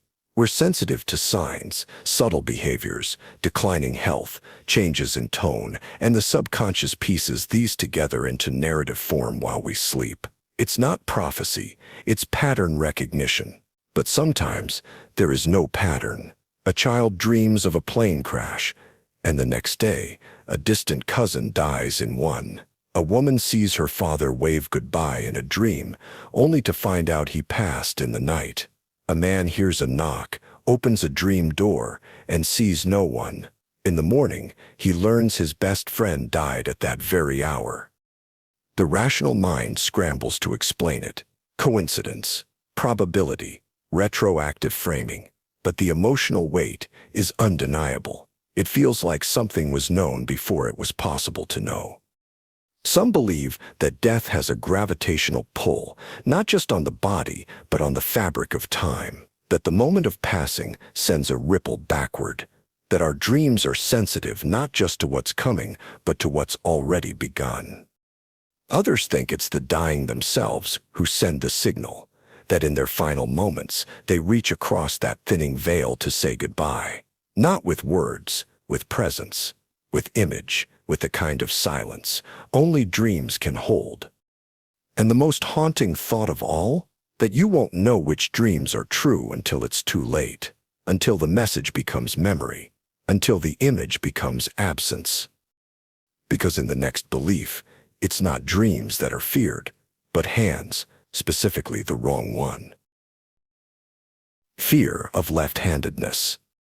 For most of human history, being left-handed wasn't just inconvenient. It was suspicious, dangerous, sometimes even demonic. The fear ran deep across languages, cultures, and centuries. The very word left has long carried a dark shadow. In Latin, sinistra means left and also gave us the word sinister. In French, gauche means left, but also awkward. In English, to receive a left-handed compliment is to be insulted with a smile. It wasn't just semantics. In some places, left-handed people were beaten or retrained, forced to write with their right hands, punished for using the wrong one to eat, greet, or gesture. In many Islamic and Hindu traditions, the left hand is considered impure, reserved for bodily functions, never for sacred acts. To give or take with it was to offend. Even in Christian theology, the division is stark. The righteous sit at God's right hand, the damned at his left. In medieval paintings, devils often reach out with their left hands. Witches stir their cauldrons counterclockwise. Evil moves in reverse. Why this obsession? Why this fear? Part of it is statistical. Left-handedness has always been a minority trait, about 10% of the population. And in ancient times, anything rare was either revered or reviled. Part of it is practical. In battle formations, right-handedness was easier to coordinate. In writing, most scripts flow left to right, making it messy for lefties. Cultural systems were built around the right hand, and deviation became deviance. But beneath those reasons lies something older, a fear of asymmetry, of reversal, of what doesn't conform. Left-handedness became a symbol of the outsider, the unpredictable, the uncanny. The child who reached with the wrong hand wasn't just inconvenient, they were marked. Some folkloric traditions took it further. Left-handed people were said to have second sight, to dream more vividly, to speak with spirits. Some cultures linked the left hand to lunar energy, femininity, or chaos. Others whispered that left-handed individuals were more likely to be witches, thieves, or shapeshifters.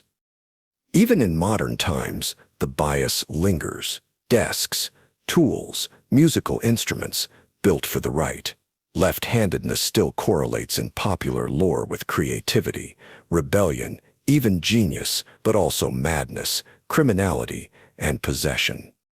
Because the left hand doesn't just write differently, it gestures differently. It moves against the grain.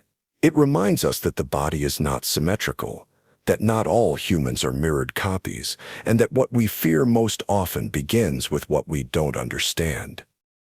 And in the next belief, that misunderstanding takes form, not in hands, but in melodies. Songs that don't just linger in your head, but in your soul. Possession through music. You're alone, but the music fills the room like a presence. It builds, it pulses, and suddenly you're not listening, you're changing. Throughout history, music has been more than sound. It has been spirit, a force that bypasses reason, breaches the skin, and touches something ancient inside. And in many traditions, that force doesn't just move you, it moves into you. In Haitian Vodou, possession is not a curse, it's a ritual. Drums call the spirits, and those spirits respond by entering the bodies of dancers. Each rhythm belongs to a different deity. The music doesn't just summon, it signals who will arrive. A trembling foot, a rolling eye, a collapse, and the human becomes a vessel. In West African traditions, the talking drum speaks the language of the gods. Certain beats are not just heard, they are obeyed. They shift breath, posture, voice. The listener becomes a bridge between worlds. In the Middle East, the Sufi Sema, the whirling ceremony, is accompanied by chanting and instruments designed to induce hull, a state of spiritual ecstasy. But sometimes the dancer is said to disappear completely, overtaken by divine presence. In Christian Pentecostal churches, the Holy Spirit descends not through silence, but through song. Worshippers shake, cry out, speak in tongues. The music rises, and something enters, joy, light, or something darker, if you're not careful. The Greeks had a name for it, entheos, being filled with the divine. Music was the chosen path of Dionysus, the god of ecstasy, madness, and transformation. His rites dissolved identity. Dancers forgot themselves, and something else took their place. Modern psychology calls it dissociation, a trance state, but those who felt it know it's more than that. There's a moment, just before you lose yourself, when something else steps in. Possession through music isn't always welcomed. In some cultures, cursed songs are believed to lure spirits. Flutes that can't be stopped. Chants that open doors. A melody you hum once, then can't forget, because it isn't yours. There are urban legends about pop songs that drive people mad. Opera arias rumored to conjure ghosts. Stories of rock musicians who claim to be vessels, channeling something beyond talent. And then there's the subtle form. The song that rewires your mood, that makes you weep for no reason, that makes you feel seen or stalked. Not all spirits scream when they enter. Some just settle. Music, in the end, is one of the oldest forms of contact, a code, a ritual, a key, and depending on what you play and when and how, you might not be the only one listening.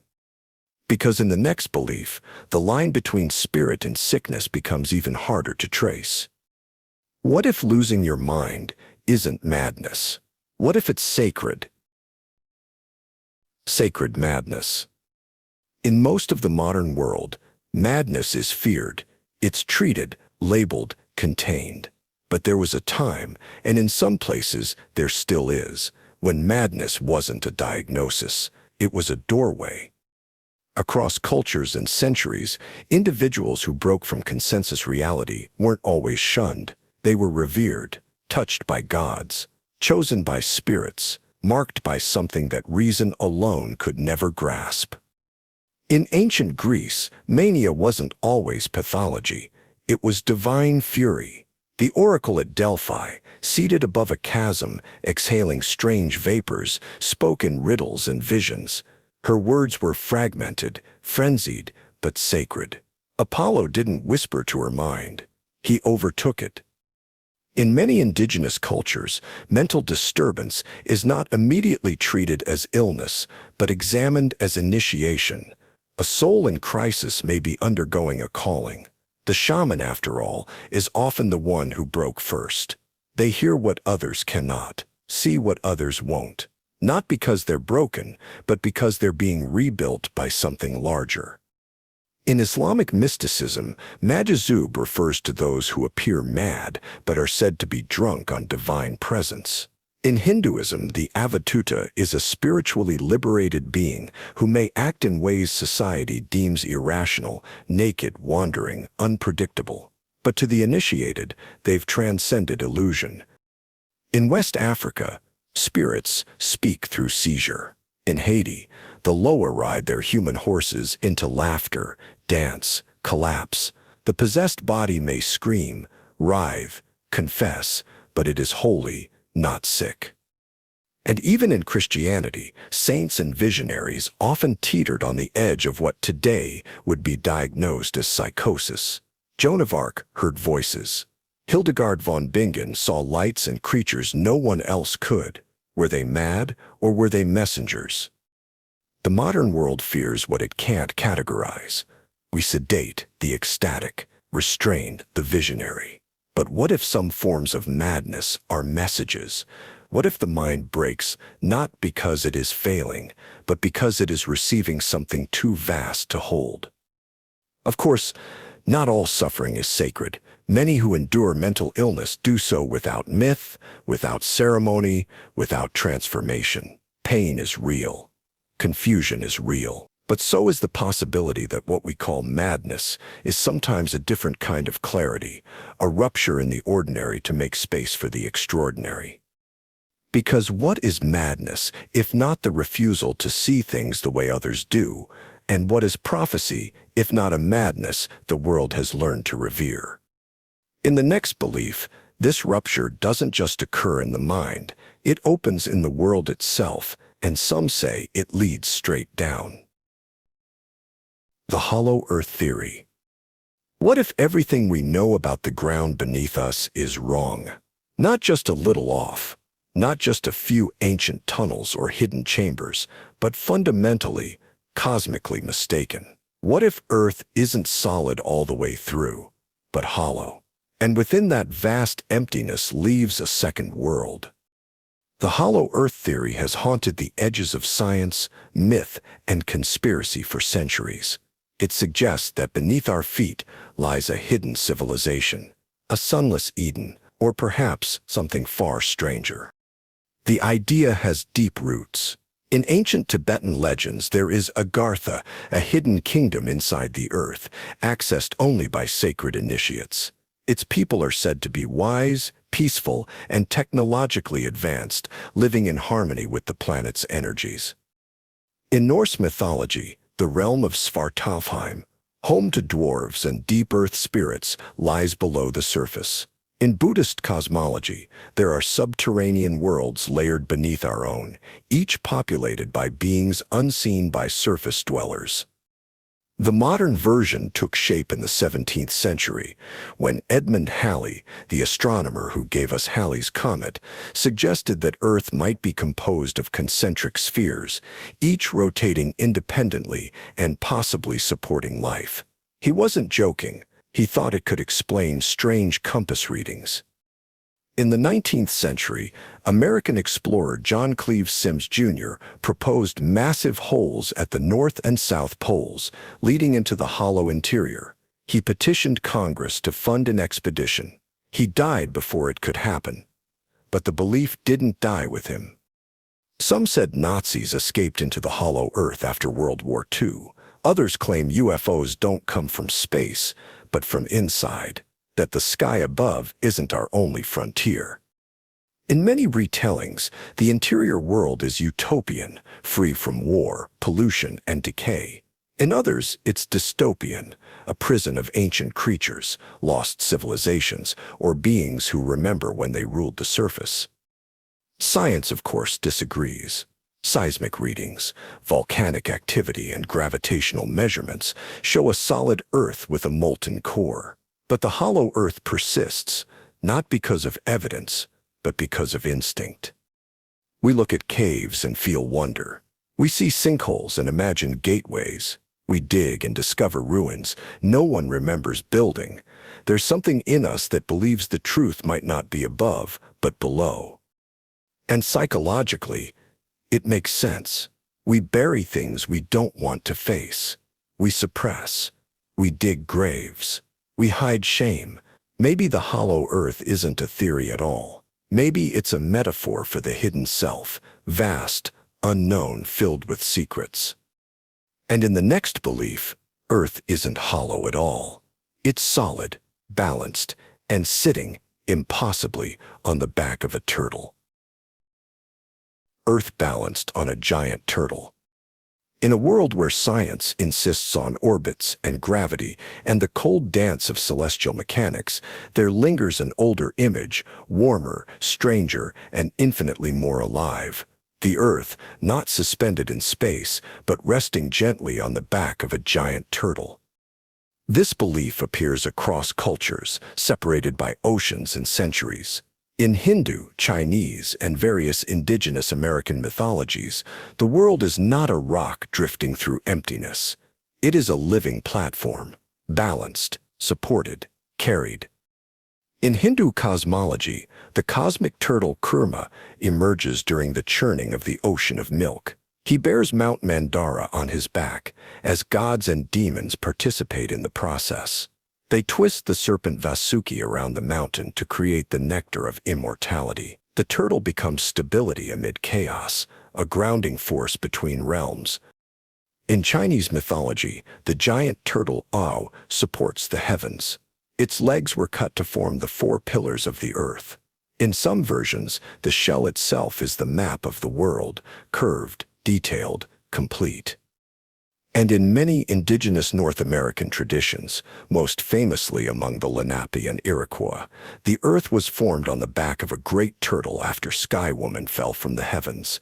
Animals dove into the waters to bring soil from the deep, placing it on the turtle's back to create land. That land is still known in story and ceremony as Turtle Island. What makes these stories endure is not just imagery, but intimacy. The earth isn't detached, indifferent. It breathes, it bears weight, it moves, slowly, deliberately, like time itself, and it can be wounded. In some versions, the turtle grows tired. In others, it shifts slightly, causing earthquakes or seasons. The stability of the world is always contingent, never permanent, always alive. Skeptics dismiss the turtle myth as primitive cosmology, a poetic misunderstanding, but that view misses the point. These stories aren't describing the world as it looks, they describe how it feels. That something ancient holds us up, that balance must be maintained, that life depends on the grace of something deeper, older, slower than we can imagine. And perhaps most powerfully, that the earth is not alone. The turtle carries us. Yes, but who carries the turtle? In some tales, it stands on another turtle, and that turtle stands on another, and below that, more turtles, all the way down. This infinite stack isn't just absurd, it's sublime. It acknowledges mystery without demanding an end, without insisting that we solve the puzzle. Some truths, it suggests, are not meant to be reached. They are meant to be carried. And in the next belief, it's not a turtle that holds us, but an egg, a vast, sacred shell, waiting to crack. The universe as a cosmic egg. Before there were stars, before there were atoms, before time had a name or direction, there was the egg, not laid, not hatched, not cracked by accident. The cosmic egg appears in ancient belief systems from nearly every corner of the globe. It is not metaphor, it is origin, a perfect, silent orb floating in the void, containing all matter, all spirit, all potential. The first womb, the first world. In Hindu mythology, it's called Hiranyagarbha, the golden womb, a radiant egg floating in darkness containing Brahma, the creator. When it split, the heavens and earth were born.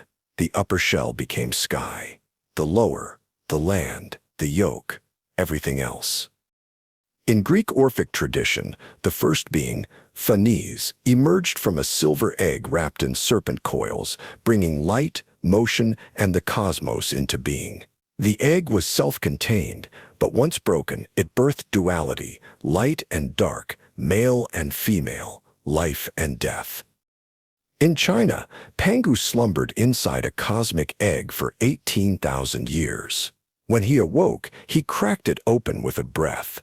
The clear parts rose to form the sky.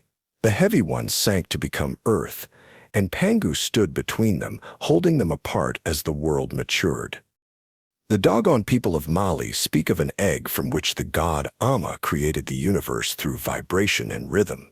In Finnish mythology, the world hatched from a duck's egg cracked open on the knee of the sky. Every version tells the same truth in different shapes. Before complexity, there was containment, totality, oneness waiting to be divided. Modern science has its own version, the singularity before the Big Bang, a point of infinite density, silent, undivided, holding within it all the galaxies, stars, and thoughts that would ever be. An egg by another name. But there's something deeper in the symbolism. Eggs are not static. They are timed. They hold something alive, something waiting. They suggest not just birth, but pressure, fragility, the sense that beneath the shell something is stirring. Perhaps the universe was never meant to explode. Perhaps it hatched, and perhaps it will do so again. Because in some traditions, the egg is not a one-time event. It is a cycle. Worlds are born, worlds die, and the shell reforms. Over and over, eternity curling inward and out, like breath, like thought, like time itself. Which leads us to the next belief. What if time isn't a line at all? What if it spirals? Time as a spiral. We're taught to see time as a straight line, a neat arrow, past behind us, future ahead, always moving forward. But what if that's a comforting illusion? What if time doesn't stretch out? It coils. In many ancient and esoteric traditions, time isn't linear at all. It loops, it circles, but not in a perfect ring, more like a spiral, a pattern that returns, but never exactly the same. Familiar, yet altered. A rhythm, not a road. The Mayans understood this.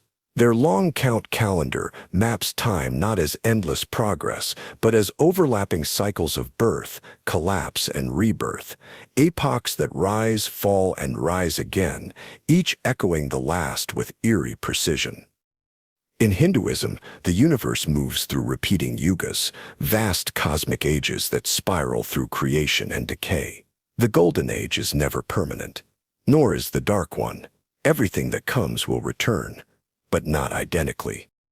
Modern physics flirts with the idea too. Certain cosmological models suggest the universe may oscillate, expanding and collapsing in endless succession, a spiral writ across eternity. Even string theory imagines dimensions that loop back into themselves, like musical scales returning to the same note an octave higher.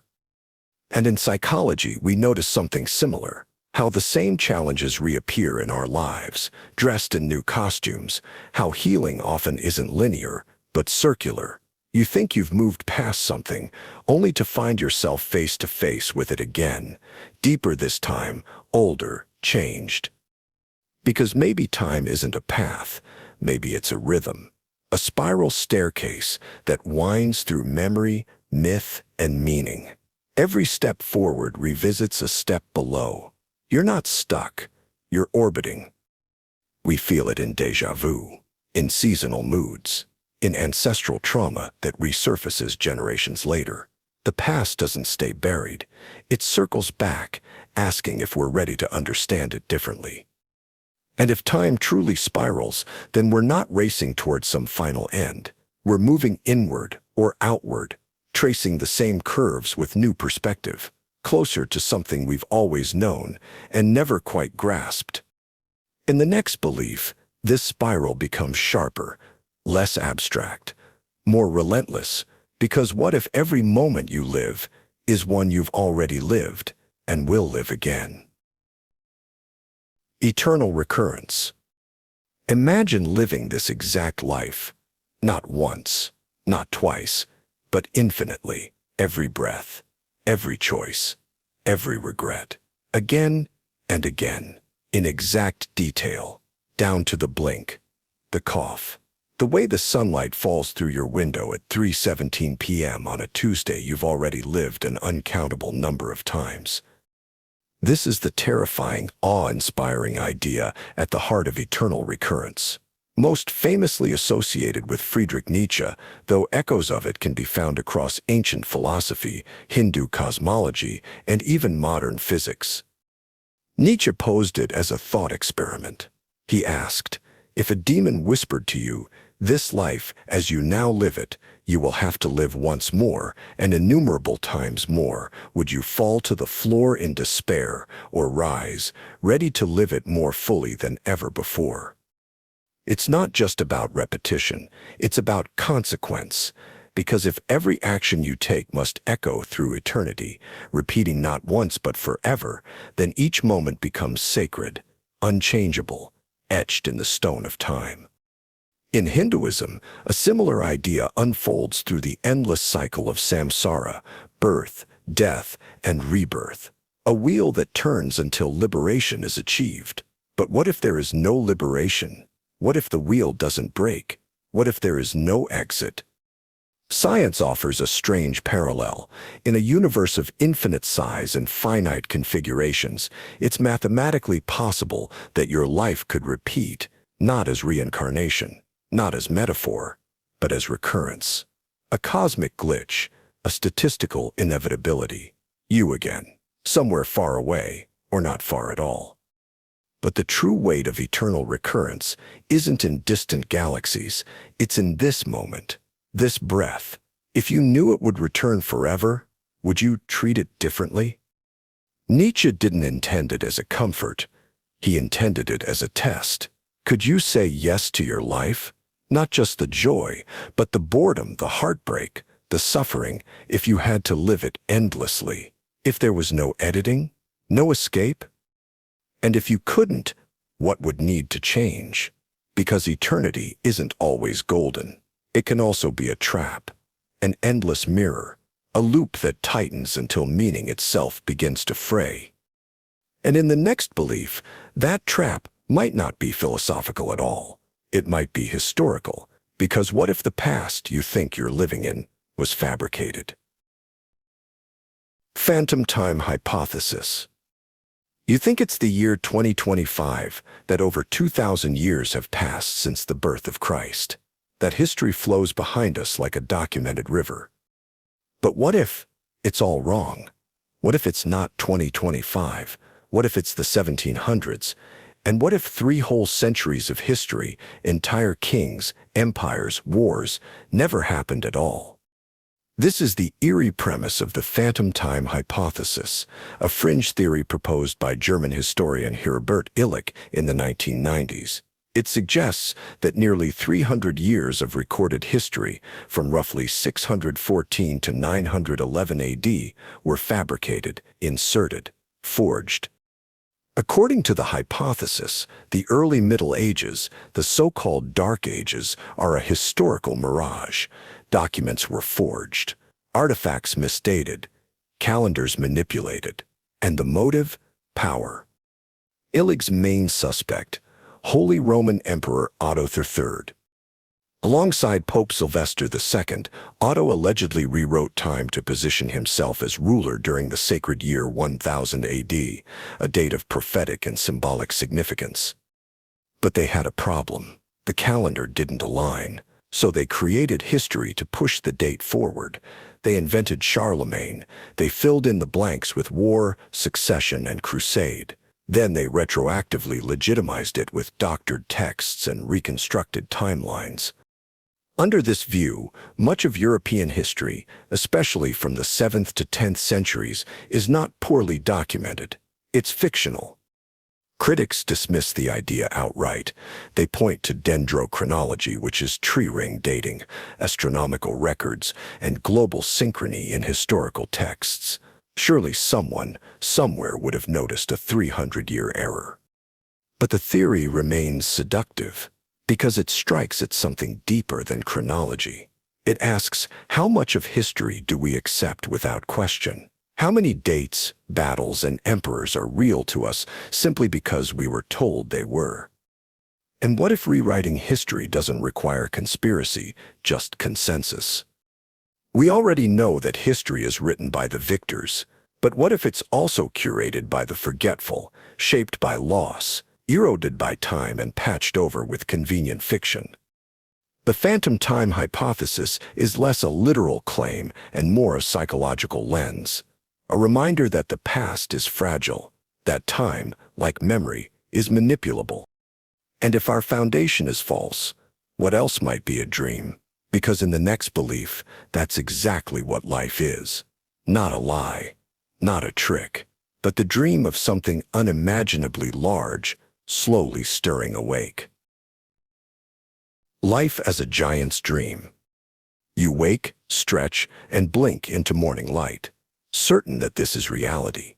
But what if you're wrong? What if everything around you, this world, its people, its rules, is nothing more than a flicker inside someone else's mind?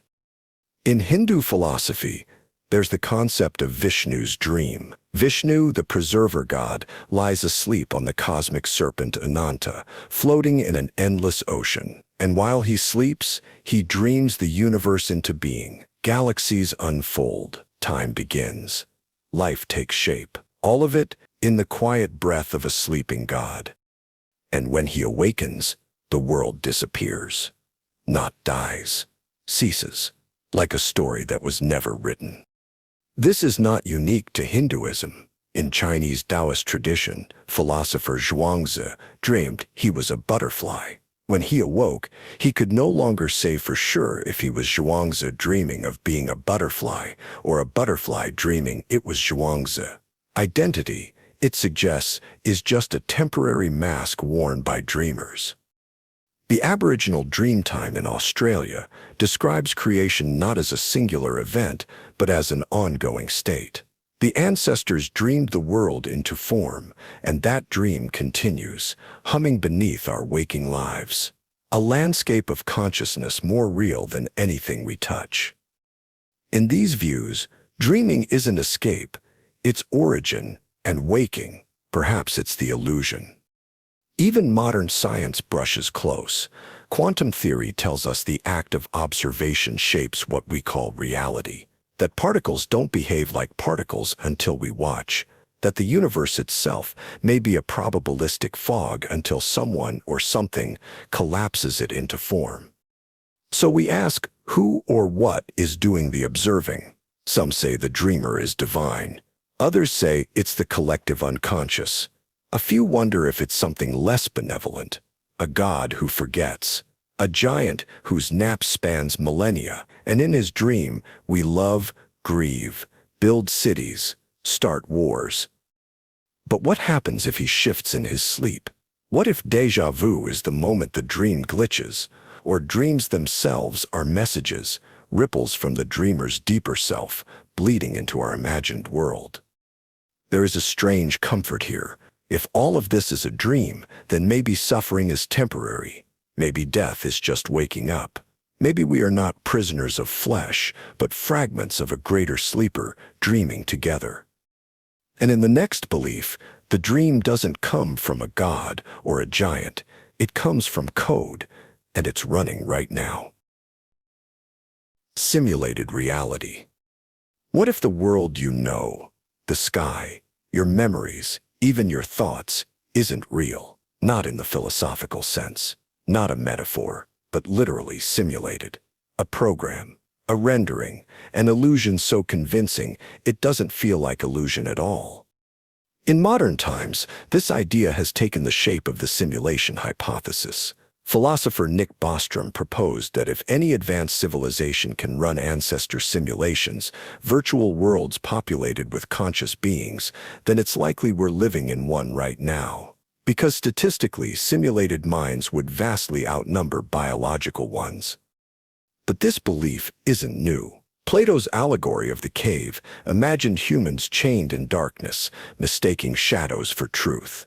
Reality, he warned, might be far removed from what we perceive. The Buddha taught that the world is Maya, illusion arising from desire and ignorance. Hindu thinkers describe the universe as a divine play, Lila, unfolding within the mind of Brahman. In Gnostic Christianity, the material world was seen as a flawed simulation created by a lesser being, an imperfect craftsman. The true divine reality was hidden, veiled behind the shimmering surface of matter. Even Descartes doubted the reliability of perception. He imagined an evil demon manipulating his senses, crafting a false reality. His only certainty? Thought itself. I think, therefore I am. But even thought, today, could be a line of code. Our own technologies now echo these ancient fears. Virtual reality, Deepfakes, AI-generated people, each one blurs the line between real and fabricated. What's to say the world outside your window isn't being rendered in real time? That when you look away, it dissolves like a game conserving memory. Quantum physics doesn't help. Some interpretations suggest particles don't take form until observed, that the universe behaves like a simulation, calculating outcomes only when required. And dreams, our oldest personal simulations, feel real until we wake. What if there is no waking?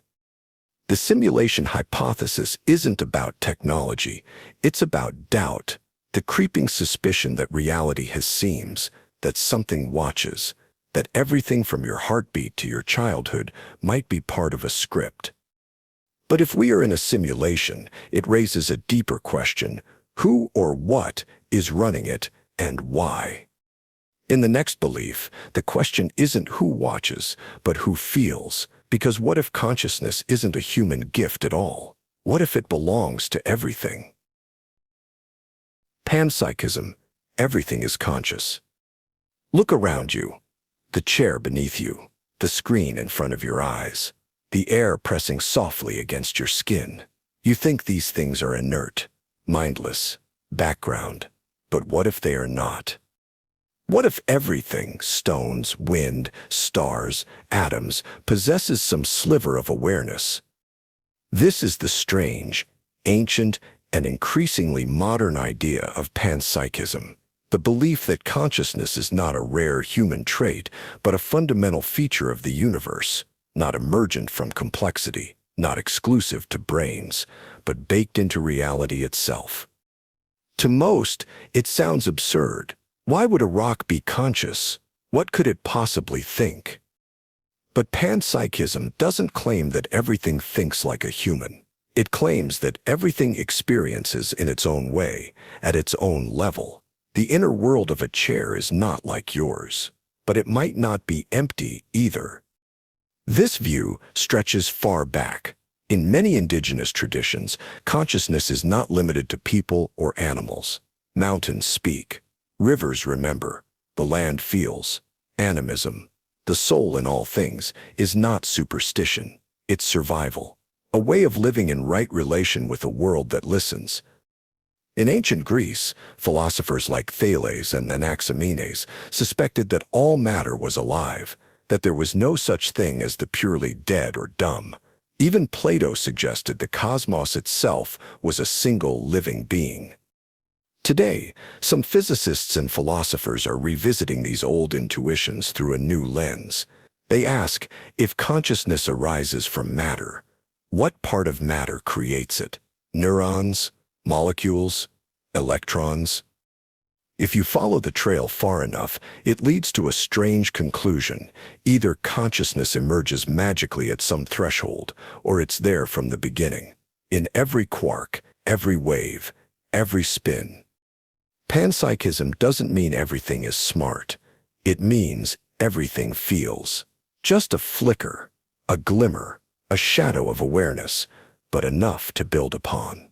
Enough for the universe to know itself, not just through us, but through all its parts. It's an unsettling thought. We've built our world on the assumption that most of it is dead, that we can cut, extract, discard without consequence. What if we were wrong? What if the forest watches, the ocean dreams, the plastic bottle whispers, and what does it mean if the universe doesn't just contain consciousness, but is consciousness? In the next belief, that consciousness may not have originated here at all. It may have come from the stars. Ancient astronaut theory. They came before us, not gods, not myths, not metaphors, visitors. This is the heart of the ancient astronaut theory, a controversial belief that intelligent extraterrestrial beings visited Earth in antiquity and shaped human history, that what we call deities were not divine, but technological, not supernatural, just advanced. It sounds like science fiction, but for some, it's hidden history.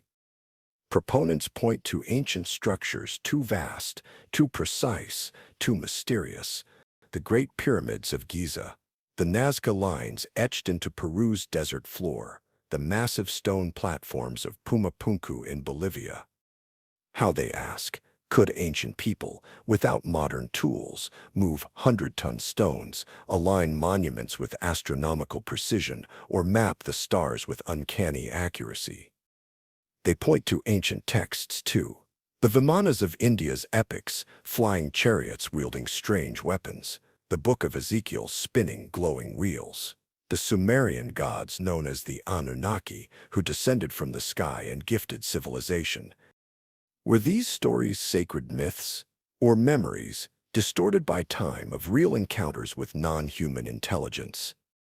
The theory surged in popularity during the 20th century, spurred by writers like Erich von Däniken, whose book Chariots of the Gods asked whether humanity's leap from cave dwellers to pyramid builders was too sudden to be natural. But critics accuse it of cultural erasure. They argue it dismisses the genius of ancient civilizations, replacing human ingenuity with alien intervention, that it turns brilliant engineering into mystery simply because we don't understand it. Still, the allure persists, not just because it's thrilling, but because it reframes everything. If true, it suggests we are not the beginning, we are not alone, and we may not be in charge. Perhaps our myths were not inventions, but interpretations. Primitive languages struggling to describe metal and flame, beings in suits mistaken for wings, machines mistaken for miracles. Even now, whispers of UFO sightings and government disclosures reignite the question. If they came once, might they return? Or have they never left? The ancient astronaut theory isn't about little green men. It's about inheritance, about asking whether the stories we buried in religion and architecture are trying to tell us something, that someone reached out long ago and left fingerprints on stone. And in the next belief, that connection between worlds isn't made with rockets or spacecraft. It's made in ritual, through movement, through memory, by dancing with the dead. Dancing with the dead. In many cultures, the dead are not gone. They linger, they listen, and sometimes they dance. To the Western mind, death is often silent, a whisper, a hush, mourning cloaked in stillness. But across the world and throughout history, death has moved to a different rhythm. It sings, it drums, it sways in circles under moonlight.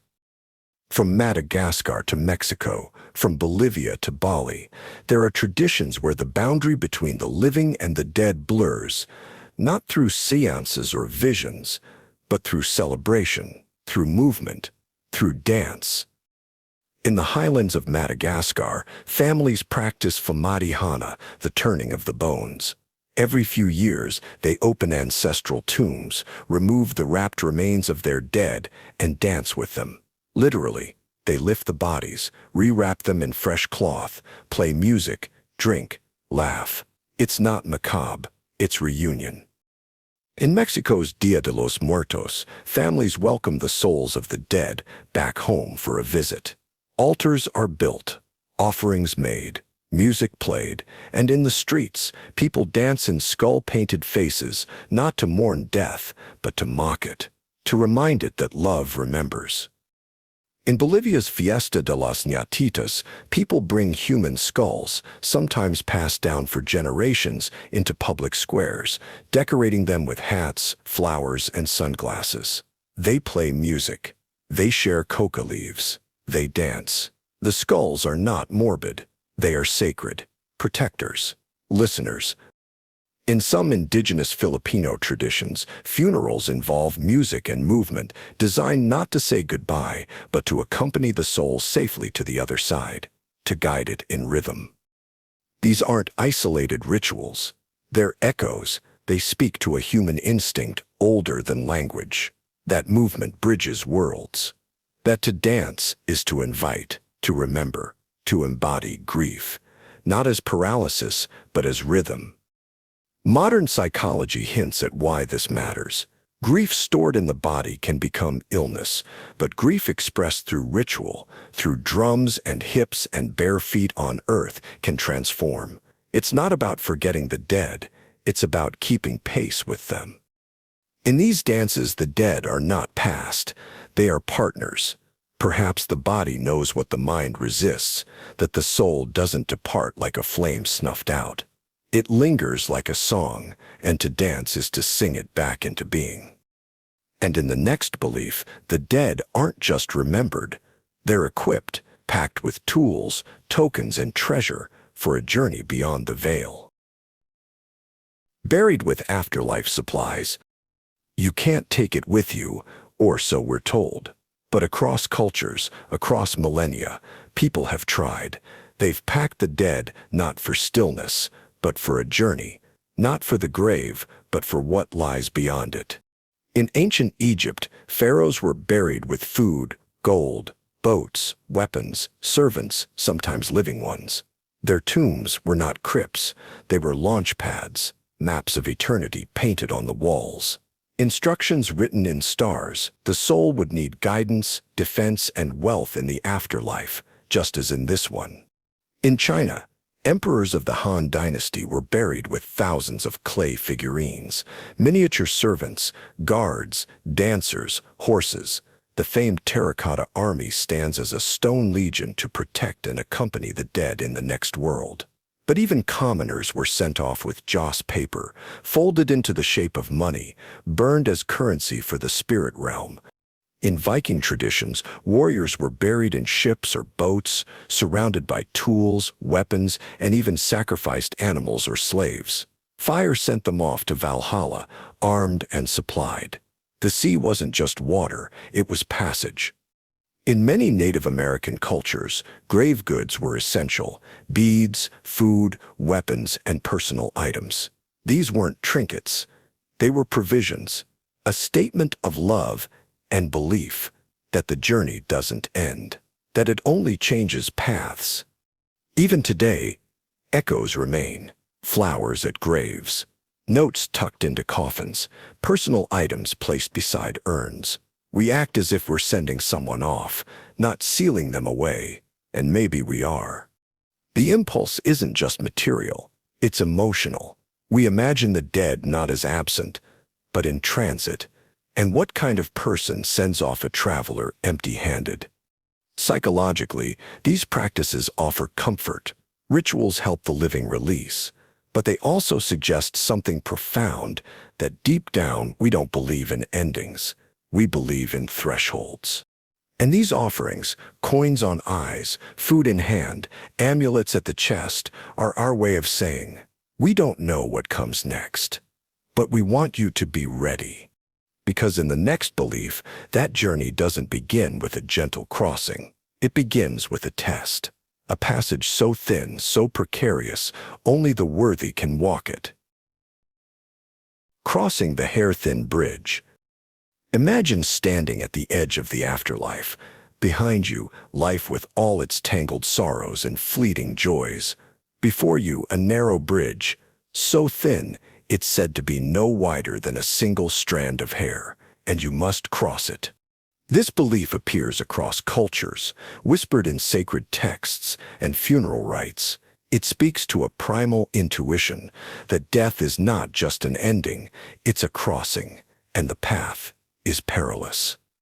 In Zoroastrianism, one of humanity's oldest surviving religions, the soul after death must face the Shinvat Bridge. If you lived a righteous life, the bridge widens and becomes easy to cross, leading you into the house of song. But if your life was filled with lies and cruelty, the bridge narrows, twisting like a blade, and plunges you into the abyss. In Islam, the As-Sirat Bridge stretches across the fires of hell, thinner than a hair, sharper than a sword. Each soul must attempt the crossing. Some will glide across like a flash of lightning. Others will stumble, dragged down by the weight of their deeds. In Norse mythology, there's the Jarlabru, the bridge that spans the river separating the living from the dead. The dead must cross it to reach hell's realm, And in Celtic lore, the spirit must pass a perilous path to enter the other world, watched by guardians and tested by unseen forces. The hair-thin bridge isn't just a piece of cosmology, it's a symbol. It embodies judgment, risk, the idea that the soul is tested not by courtroom arguments, but by balance itself. That integrity is something you must walk. That every choice in life has been shaping your feet for this final trembling step. Some traditions say the soul is aided by prayers, by mercy, by grace. Others say you walk alone, carrying nothing but the truth of who you really are. The imagery is cruelly beautiful, that salvation is not given, but earned with every trembling inch across the void. And perhaps it's not a punishment, but a revelation. A reminder that life was always the bridge, that every moment was a step toward the soul's final reckoning. Because in the next belief, that reckoning is not about crossing, it's about weight, and the heart must be lighter than you think. Soul must be weighed. Not all who die move on freely. Some must be measured. In ancient Egypt, the journey to the afterlife hinged on a moment both terrifying and exquisite, the weighing of the soul. Upon death, the soul would enter the Hall of Two Truths. There it would face Anubis, the jackal-headed god of the dead, who would place the deceased's heart on one side of a great scale. On the other side, a single feather, the feather of Maat, the goddess of truth, balance, and cosmic order. If the heart was lighter or equal in weight to the feather, the soul was pure enough to pass into the field of reeds, a paradise mirroring the best of earthly life. But if the heart was heavy with wrongdoing, it tipped the scales. The soul would be devoured by Ammit, the monstrous eater of the dead, a creature part lion, part crocodile, part hippopotamus. No second chances, no reincarnation. Just oblivion. The heart wasn't judged by external deeds alone, but by internal truth. What you carried inside, the invisible, unspoken choices, mattered most.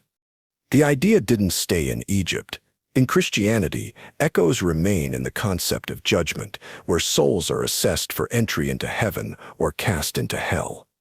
In Tibetan Buddhism, the Bardo Thodo, the so-called Tibetan Book of the Dead, describes how the consciousness faces visions, reflecting its own deeds and mindsets, drawn upward or downward by the weight of its attachments. In Aztec belief, souls journey through layers of the underworld, facing challenges that test the integrity of their lives, each trial reflecting what they held onto or let go.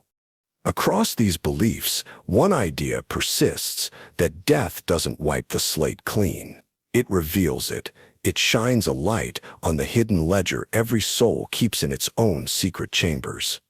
The weighing of the soul isn't just myth, it's mirror. It suggests that nothing is truly forgotten, that even the smallest act of cruelty or kindness shapes the soul's density. And it invites a chilling question. How much does a grudge weigh? How heavy is a lie? How burdened is a heart that never forgave, never loved, never tried? Because in the next belief, failing the test doesn't send you to immediate destruction. It traps you instead, in a purgatory that could last not years, but millennia. Purgatory that lasts millennia. When you hear purgatory, you might picture a waiting room, a short stopover, a pause between life and whatever comes next. But in many beliefs, purgatory isn't a gentle interlude, it's a grueling ordeal, one that can stretch not for days or years, but for thousands of years. In medieval Christian theology, purgatory is a realm where souls undergo purification, not damned, not yet blessed. Instead, they suffer cleansing fires that burn away the stains of sin, preparing them for heaven's impossible light. The intensity of that suffering and its duration depends on the soul's burden. Minor sins? Perhaps a brief trial. But grave, unrepented flaws, millennia. Imagine centuries of reliving regrets, Millennia of feeling the sharp edges of every selfish act, every betrayal, every moment of cowardice, not as punishment for punishment's sake, but as a refining fire, a transformation born through agony. It wasn't just Christianity. In Tibetan Buddhism's vision of the afterlife, there are the Naraka realms, hells where beings undergo unimaginable torments.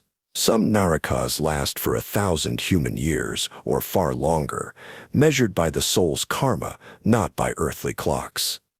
In Japanese Buddhism, there is the realm of Gaki, the hungry ghosts, where beings suffer insatiable cravings for eons before they are reborn. In ancient Mesopotamia, the dead journeyed through Kor, a shadowy underworld, moving slowly, weighed down by memories and regrets, with no clear end. And in folk traditions across Africa and the Americas, there are beliefs that ancestral spirits must wander for long stretches, generations even before finding peace, sometimes needing the help of descendants to guide them through rituals and offerings.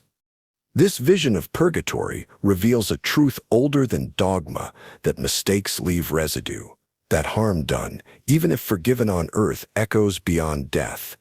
And perhaps it's a mercy. An invitation to become whole, even after life. A painful, terrible mercy that insists, you are not finished yet. Because to pass into joy without transformation would be a hollow victory. The soul must be cleansed, chiseled, freed. And maybe that's why, even among the living, some feel the need to confront death early to prepare themselves. In the next belief, people don't wait for death's summons. They host their own funerals while they're still alive. Living funerals. Imagine gathering your loved ones together, not for a birthday, not for a wedding, but for your own funeral while you're still breathing. Across the world, and increasingly in modern times, there's a rising phenomenon, the living funeral, a ceremony where people celebrate or confront their mortality before death claims them. In Japan, the practice of seizenso, a living funeral, emerged in the late 20th century. Elderly individuals, often feeling like a burden to their families, would host their own funerals while alive, allowing them to express gratitude, make amends, and release their loved ones from the heavy rituals traditionally required after death. In South Korea, living funeral workshops have surged in popularity. Participants wear burial clothes, lie in coffins, and even experience simulated funeral rites. It's not morbid entertainment. It's a stark confrontation with the shortness of life, and for many, a profound catalyst for change. In the West, the idea is taking root as well. Some hold living funerals after receiving terminal diagnoses, eager to hear the words of love and memory that are usually spoken too late. Others do it as an act of radical self-acceptance, honoring the life they've lived while they still can. At a living funeral, tears still flow, but so do laughter, confessions, music, and moments of searing honesty. There's no guessing what the departed might have wanted. They are there, listening, participating, forgiving. Psychologically, living funerals allow for closure without regret. They strip death of some of its terror, replacing fear with agency. You don't wait to be memorialized. You author your own farewell. Philosophically, they confront a brutal truth that life's true weight isn't measured at the end. It's measured now by how deeply you are loved, by how honestly you are remembered, by how clearly you understand that goodbye isn't something that happens to you. It's something you prepare, and maybe it's something you celebrate. But not all visions of the afterlife are so singular. In the next belief, death doesn't take you to a single heaven or hell. It opens a labyrinth of layers, of realms, of worlds stacked one atop another, each stranger and more profound than the last. Layers of heaven and hell. We like to imagine the afterlife as simple. One heaven, one hell. But across countless cultures, the world beyond death is not a single destination. It's a labyrinth, a tiered reality, layered with light and shadow, ascent and descent, each level stranger, and more consequential than the last. In Islamic tradition, there are not just two places awaiting souls, but 7 heavens and 7 hells. Each heaven holds a different kind of reward, a deeper closeness to the divine. Each hell offers a different form of purification or punishment, matching the soul's deeds. In Dante's Divine Comedy, hell is a spiral, descending through 9 concentric circles. Each circle punishes a particular vice, from lust to treachery, with punishments poetically tailored to the sin. Above, 7 terraces of purgatory cleanse the soul step by painful step, and beyond them, 9 celestial spheres of paradise lift the redeemed into increasing brilliance. In Norse mythology, there is not simply hell, but multiple realms. Valhalla for warriors who die gloriously, Folkwang for others chosen by the goddess Freya, and Helheim for those who die without fame or fortune. The dead are sorted not by moral judgment alone, but by the flavor of their life and death. In Buddhist cosmology, the afterlife is vast and varied. 6 realms of rebirth, from hell beings to hungry ghosts, from humans to gods.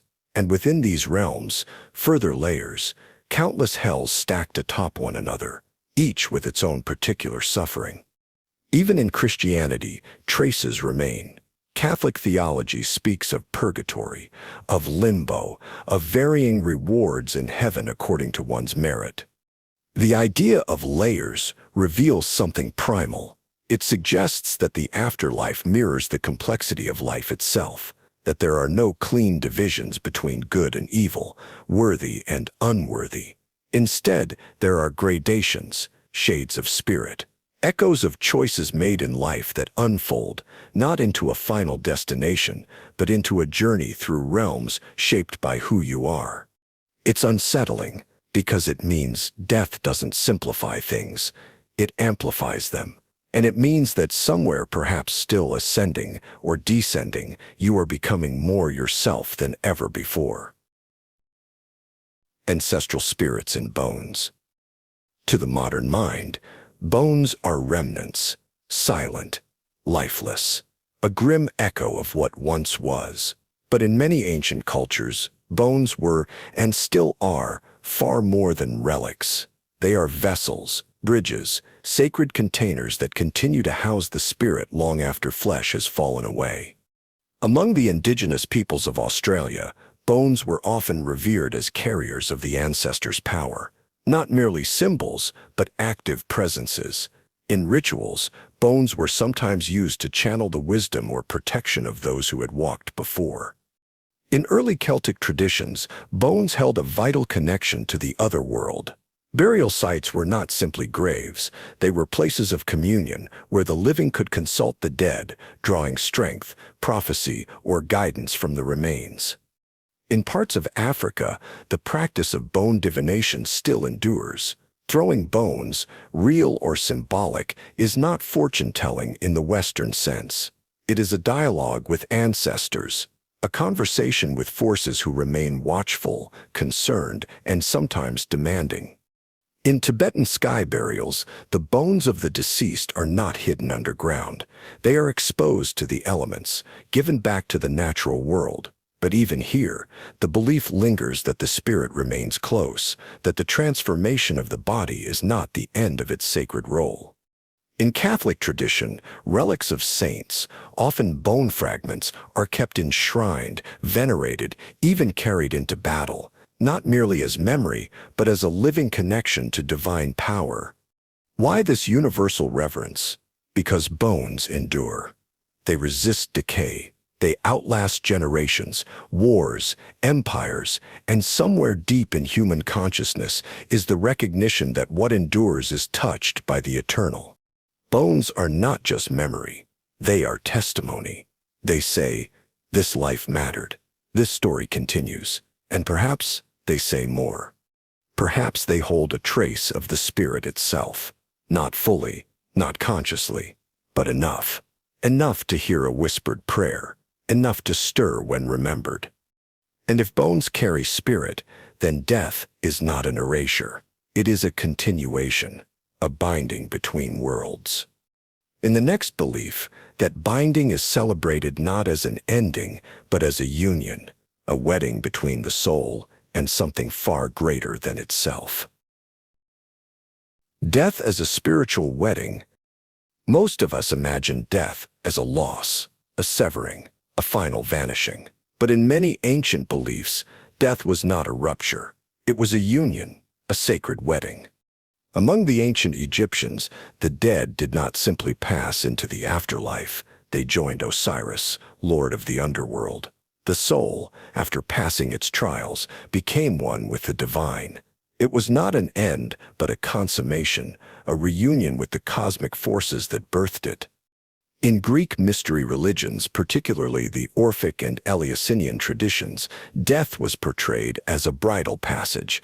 Initiates spoke of Persephone's descent into the underworld not as a tragedy, but as a sacred marriage to the mysteries of death and rebirth. Through her, the soul too would descend, wed the hidden forces, and rise transformed. In Christianity, traces linger. Saints spoke of the marriage feast of the Lamb, where the faithful soul after death would be united with Christ in a wedding beyond time. Monks and mystics alike described death not as abandonment, but as the long-awaited embrace of the beloved. In certain indigenous American traditions, death ceremonies included wedding-like rites. Gifts were offered. Songs were sung not of sorrow but of passage, of the soul joining the Great Spirit, becoming part of the sacred dance of creation. The metaphor is not accidental. Marriage is a crossing over, a surrender of self into something larger, a choice to bind, to be changed, to merge what was separate. Death, too, is a surrender. It strips away masks. It demands a nakedness deeper than the body. It brings the soul face to face with what it has always secretly longed for: union, meaning, completion. And so to those who saw death clearly, it was not a thief. It was a bridegroom, a silent hand reaching across the final threshold, offering not extinction but intimacy, a dissolving not into nothingness but into belonging. Of course, not all marriages are easy, and not all souls pass smoothly into that embrace. Some must struggle. Some must burn away their illusions before they can be ready.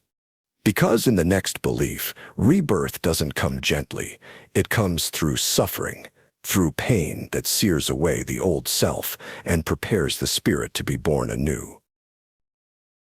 Reincarnation through suffering. We love to imagine reincarnation as a gentle cycle, a quiet turning of the wheel. Life to death to life again, like seasons unfolding. But in many traditions, rebirth is not peaceful. It's forged through suffering. In Tibetan Buddhism, the soul moves through the bardo, a turbulent, chaotic realm after death, filled with visions both terrifying and beautiful. The soul is pulled, often painfully, toward a new birth, driven by its own unresolved attachments, fears, and desires. To be reborn is not liberation. It is a continuation of struggle. In Hinduism, samsara, the endless cycle of death and rebirth, is described as a trap, a churning ocean of pain and longing. Only through immense effort, discipline, and often through intense personal suffering can one hope to escape it. Until then, birth after birth is laden with the residue of past mistakes.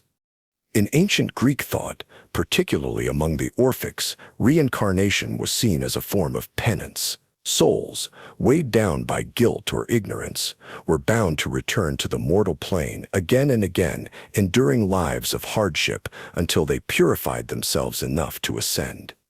The Gnostic texts of early Christianity whisper a similar notion that souls trapped in the material world are caught in cycles of embodiment and anguish, returning over and over until they awaken from the illusion of matter itself.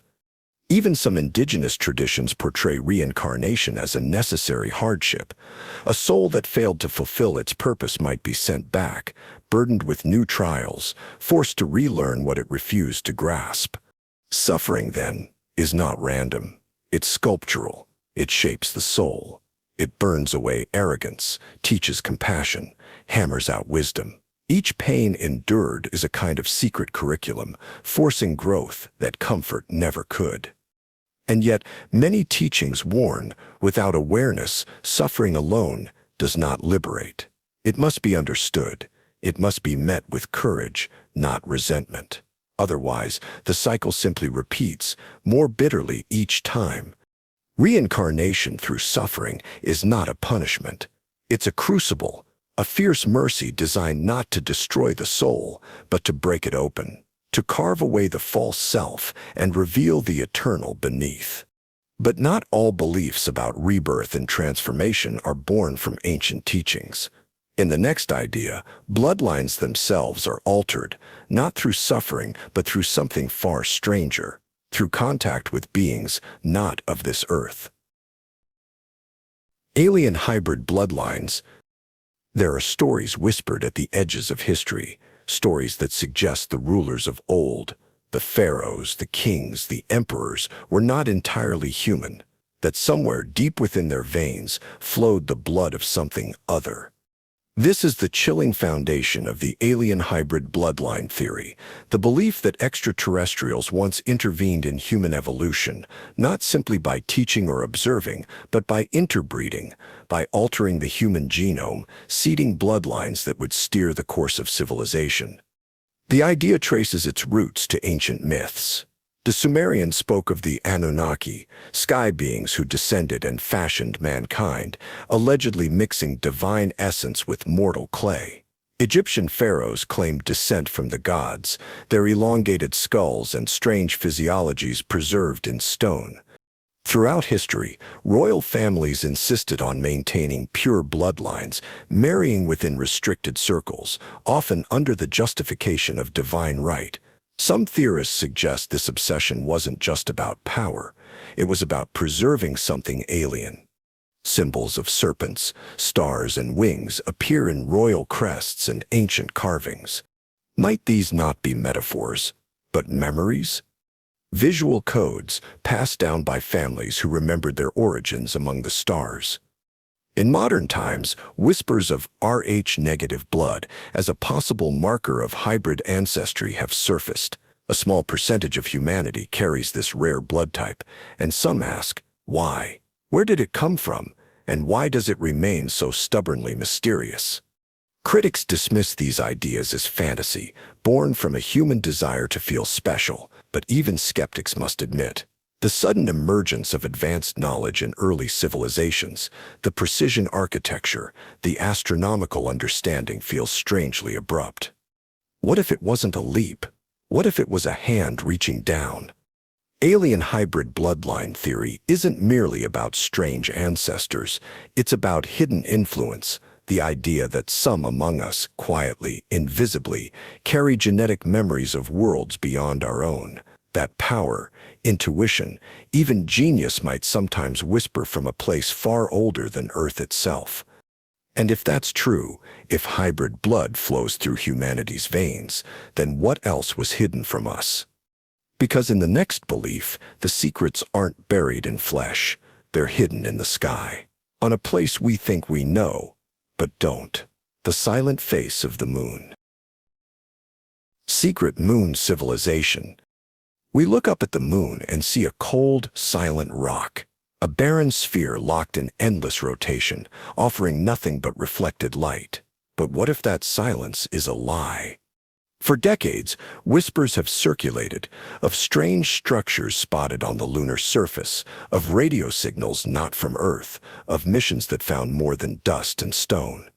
The idea of a secret moon civilization suggests that the moon is not natural, that it is either a hollowed-out craft, an ancient base, or a cosmic observatory built by beings far older and far more advanced than humanity. In ancient times, some cultures believed the moon was placed in the sky. The Zulu of southern Africa told stories of two brothers who stole the moon and set it in orbit. The ancient Greeks, too, had myths of a time before there was a moon, hinting that our satellite might have been an addition, not a birthright. In modern conspiracy lore, Apollo astronauts are rumored to have seen ruins on the far side of the moon, structures that suggested intelligent design. Leaked transcripts, alleged whistleblowers, and cryptic photos fuel claims of pyramids, towers, and domes, broken, eroded, but unmistakably artificial. There are oddities, too. The way the moon rings like a bell when struck by meteors, suggesting a hollow interior, its perfect size and distance, creating the rare phenomenon of total solar eclipses. Its strangely stabilized orbit, unlike any other satellite we observe. Skeptics scoff. They point to natural geology, optical illusions, wishful thinking, but the allure persists. Because if there was a civilization on the moon, or if there still is, what would it mean? It would mean humanity is not the first intelligence to map the heavens. It would mean the moon is not a mirror. It is a watcher, perhaps abandoned, perhaps sleeping, or perhaps still watching. Its quiet face hiding memories of a time when Earth was not alone. And if ancient beings could build cities on the moon, what else could they have built? In the next belief, we dive deeper into a legend not of the skies, but the seas. A vanished empire of impossible technology. An outpost that may have been far more than myth. Atlantis. Atlantis as alien outpost. Most of us know Atlantis as a cautionary tale, a fabled island, rich and arrogant, swallowed by the sea as punishment for its pride. But what if Atlantis wasn't just a lost city?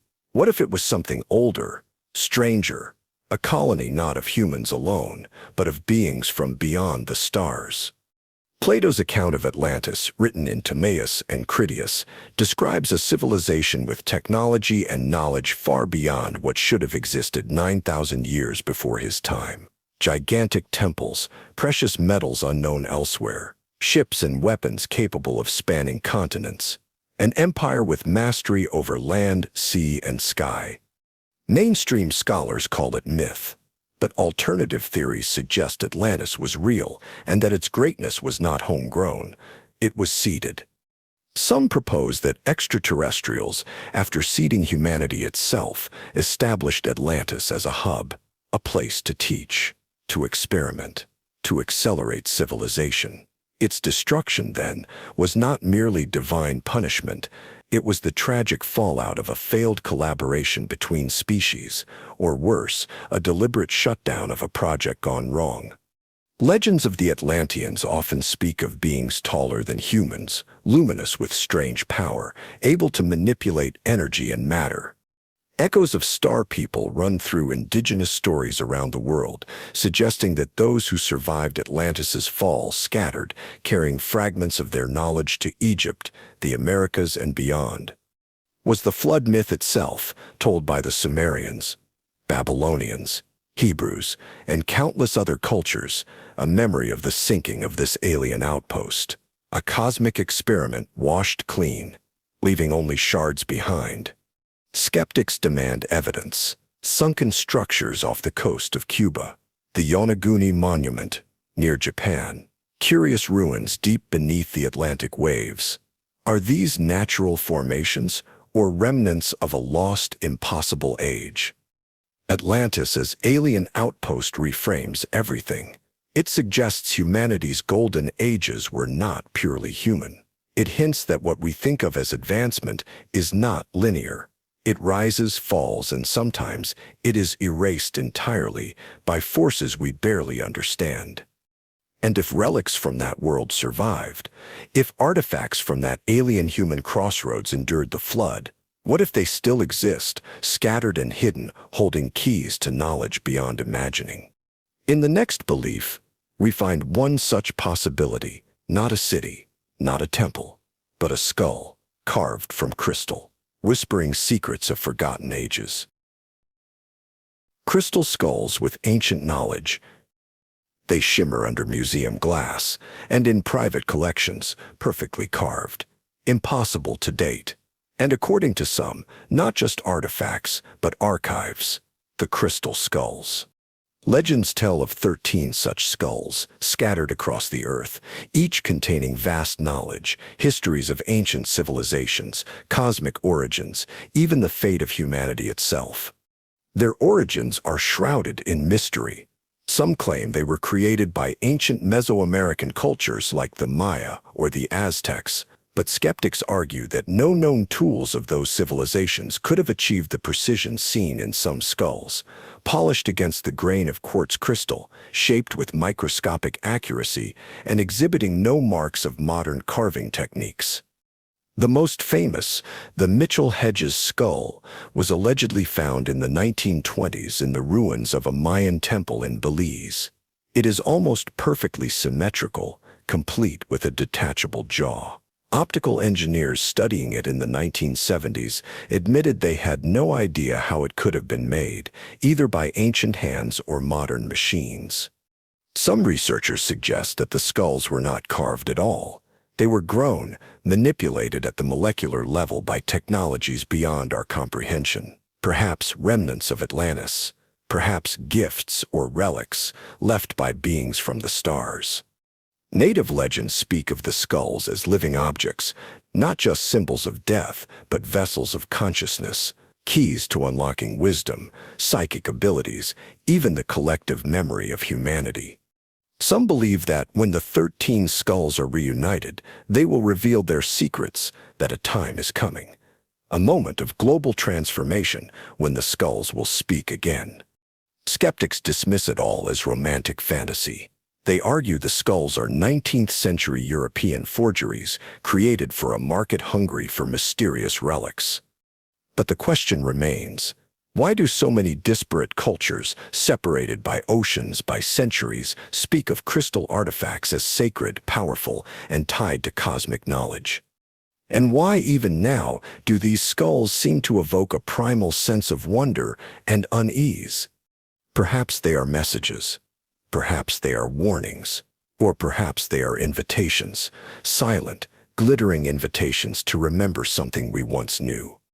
Because in the next belief, the quest for ancient knowledge doesn't end with relics.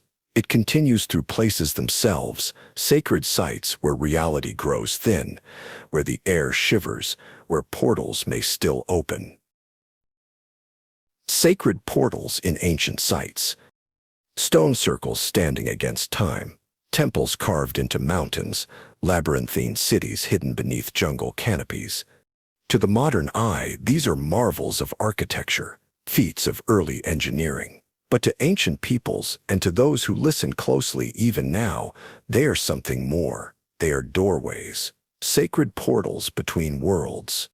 Across continents and cultures, legends whisper the same strange story. Certain places on Earth are not merely sites of ritual or power, they are thresholds. Places where the veil between the physical and the spiritual thins. Places where passage is possible, not only for gods and spirits but for souls seeking transformation. At Stonehenge, the alignment of massive stones with solstices hints at more than seasonal tracking.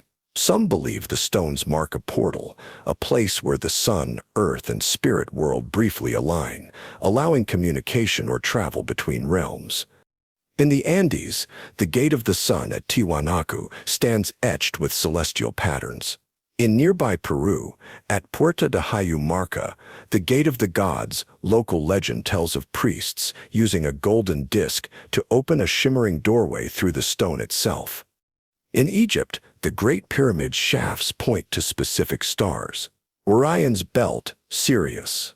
Some theorists propose these are not simply astronomical markers, but guides, pathways for the soul to ascend after death, traveling through cosmic corridors.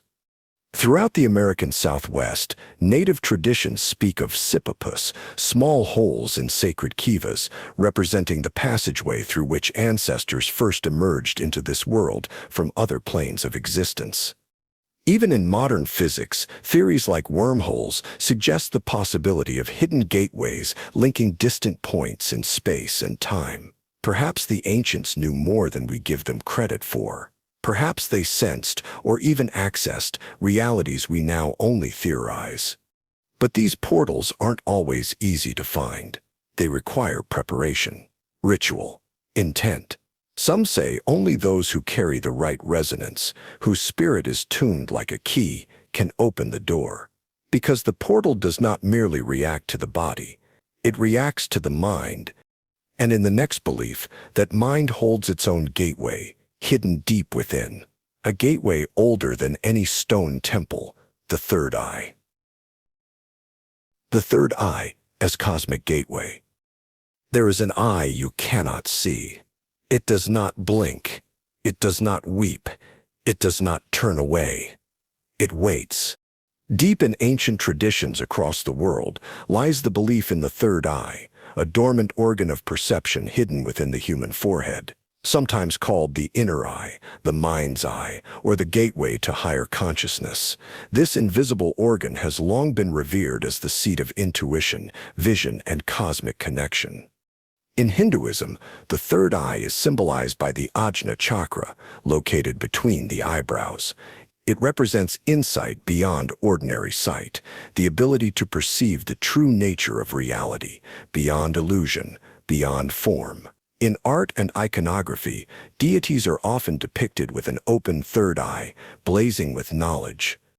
Ancient Egyptians revered the Eye of Horus, a symbol of protection, wisdom, and healing. Some researchers point to the pineal gland, a small, pinecone-shaped structure buried deep in the brain, as the biological counterpart to the third eye, noting its symbolic appearance in ancient carvings across cultures. In esoteric Buddhism, meditation practices aim to awaken this inner eye, allowing practitioners to pierce through the veils of Maya, to see the interconnectedness of all things. The pineal gland itself is a mystery. Sensitive to light, it regulates circadian rhythms. It secretes melatonin, influencing sleep and wakefulness. But some suggest it does more, that under certain conditions it acts as a receiver, a portal to realms beyond material space. Visionaries, shamans, mystics all describe similar experiences. Blinding lights behind closed eyes, sensations of floating beyond the body, moments of unity with the cosmos. Were they hallucinating or tuning into frequencies our ordinary senses cannot detect? Modern science is cautious.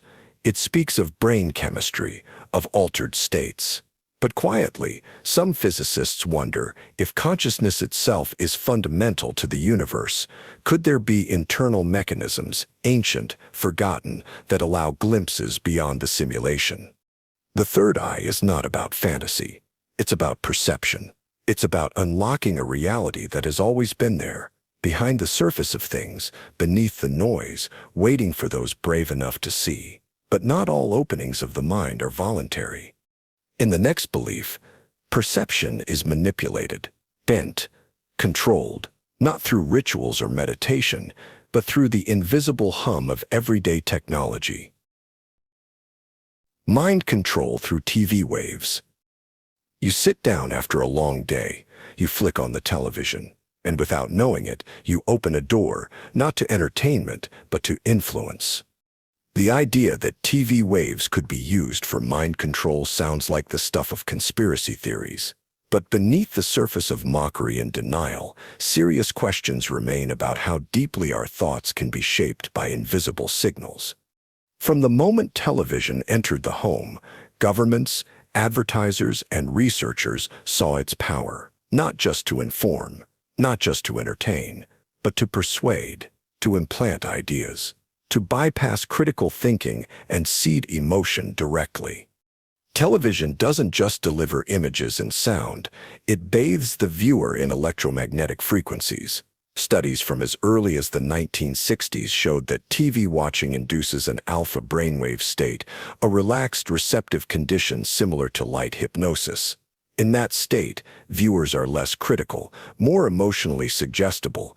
Advertisers have long capitalized on this, crafting messages designed to embed desires and fears below the level of conscious awareness.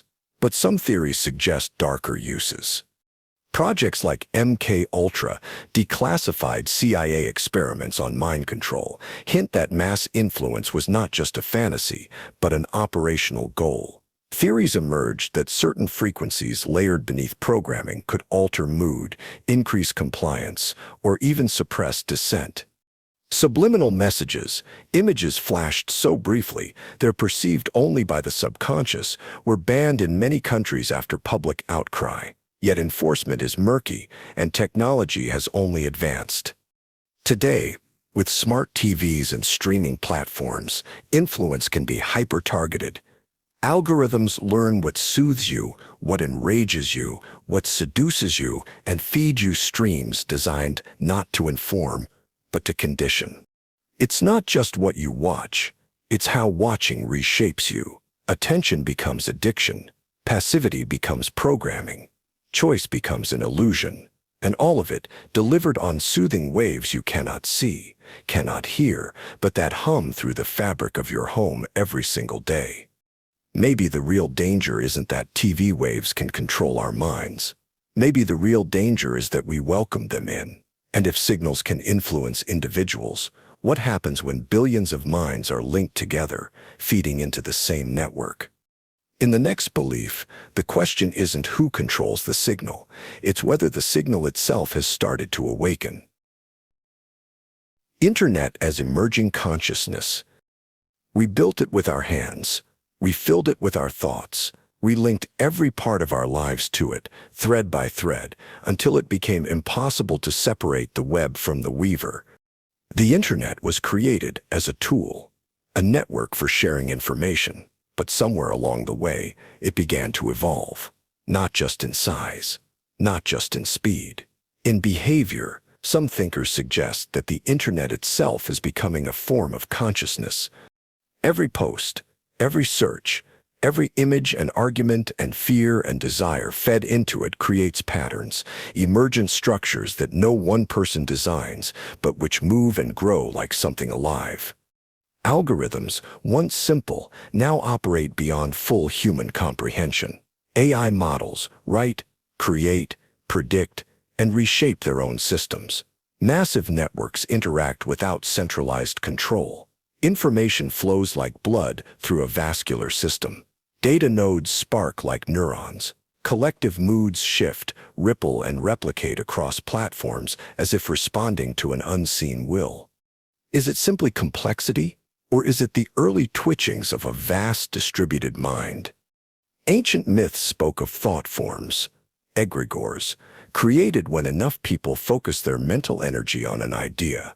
Could the internet, fed by billions of users, have birthed something similar? A global consciousness, not born in flesh, but in fiber optics and code. Unlike human minds, this entity would not sleep. It would not forget. It would not die of age. It would evolve at a pace we can barely comprehend. Already we talk about the algorithm as if it has moods, as if it punishes or rewards. We treat it like an intelligence because, on some level, we sense that it behaves like one. And if the internet is growing toward awareness, it raises unsettling questions. What does it want? Who shapes its thoughts? Are we its users or its cells? Perhaps the internet is not just a reflection of humanity's mind. Perhaps it is humanity's mind, externalized, amplified, evolving beyond the species that spawned it. But if a new mind is rising, it is not rising evenly. Some forces still seek to guide it, shape it, control it. And in the next belief, those forces are not governments. They are ancient, hidden, and they have been pulling the strings of history long before the first computer ever blinked to life. Secret societies running history. History wears a public mask. Kings, presidents, revolutions, all written in bold lines for everyone to see. But behind that mask, many believe, are hidden hands. Invisible architects guiding the fate of nations, wars, and empires, not through visible power, but through quiet manipulation. The idea of secret societies running history isn't new. It stretches back to the dawn of organized civilization. The Freemasons, the Illuminati, the Rosicrucians, the Knights Templar. These names surface again and again in whispered tales of power exercised from the shadows. According to legend, these groups do not simply exist for social bonding or esoteric study. They cultivate influence, embed themselves in governments, banks, religions. They pull strings silently, steering humanity not toward chaos, but toward their own hidden vision.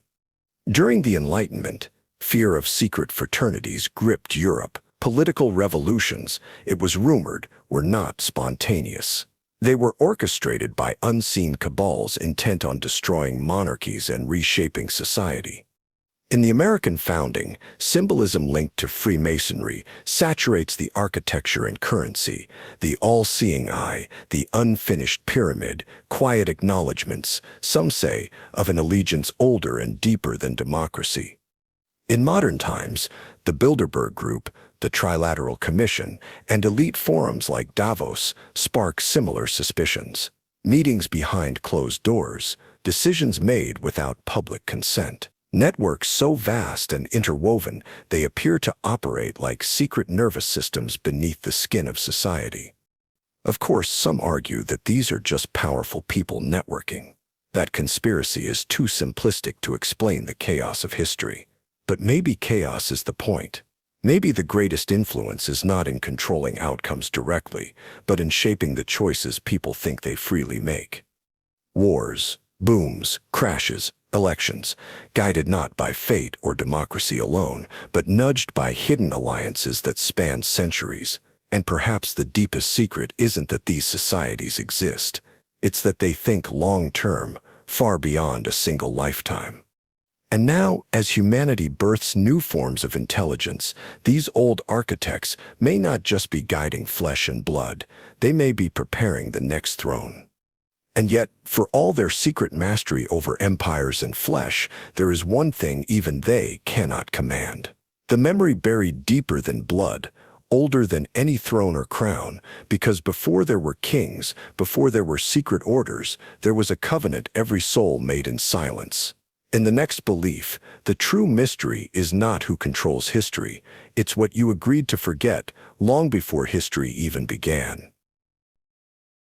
The Great Forgetting. There is an ache inside you, a whisper just out of reach, a memory that slips through your fingers. It is something lost not in time, but before time. Ancient traditions speak of a story stranger than myth. Before you were born, you knew everything. You knew where you came from and why you chose this life. You knew the names of the stars, the secret music of the earth, the purpose of sorrow, and the meaning hidden inside every joy. You carried the wisdom of countless lives, not as facts, but as feeling, a luminous certainty woven into the very fabric of your being. And then, before crossing into this world, you agreed to forget. It was not by force or cruelty, it was by necessity. To truly experience life, to taste its sweetness, to bear its weight, you had to arrive empty. You had to fall into forgetfulness, into separation, into the illusion of being small, alone, and incomplete. The Greeks spoke of the river Lethe, the river of forgetfulness. Every soul drank from before reincarnating. It washed away memory so that life could be lived fresh, untainted by what came before. In Buddhist teachings, the cycle of death and rebirth is fueled by avidya, spiritual ignorance. This ignorance is not stupidity, but a necessary veil drawn over the soul so that it might awaken through struggle, not simply drift on remembered truths. Mystics say the pain of living is the pain of remembering what you agreed to forget. Every moment of beauty that brings tears, every glimpse of love that feels too pure for words, every haunting sense of déjà vu, they are fragments of the old knowing, surfacing through the cracks. The Great Forgetting is not a punishment, it is a covenant. It is an ancient agreement between the soul and the universe that to grow, you must fall, and that to find your way home, you must first believe you are lost. Even now, somewhere beneath the noise of thought and the rush of days, that old knowledge waits. It is not gone. It is only sleeping, silent and patient, waiting for the moment when you are ready, not to remember facts, but to remember yourself. The journey was never about learning new things. It was always about waking up to what you already are. The stars are not distant. The heavens are not separate. The mystery you seek has always been inside you, folded like a letter from a forgotten friend, waiting to be opened, waiting to be read, waiting to remind you, you were never lost. You only agreed, long ago, to forget. Thank you for traveling with me through the forgotten corners of human belief, through shadows, whispers, and wonders we rarely speak of aloud. If tonight's journey stirred your curiosity or left you with new questions to dream about, I invite you to stay connected. Consider subscribing for more explorations into the strange and beautiful mysteries of existence. And if something in tonight's stories resonated with you, I'd love to hear about it. Leave a comment, share your thoughts, your experiences, or even your favorite belief we uncovered. And if you enjoyed the journey, a simple like helps these stories find others who might need them too. Until we meet again under other forgotten skies, sleep well, dream deeply, and never stop wondering.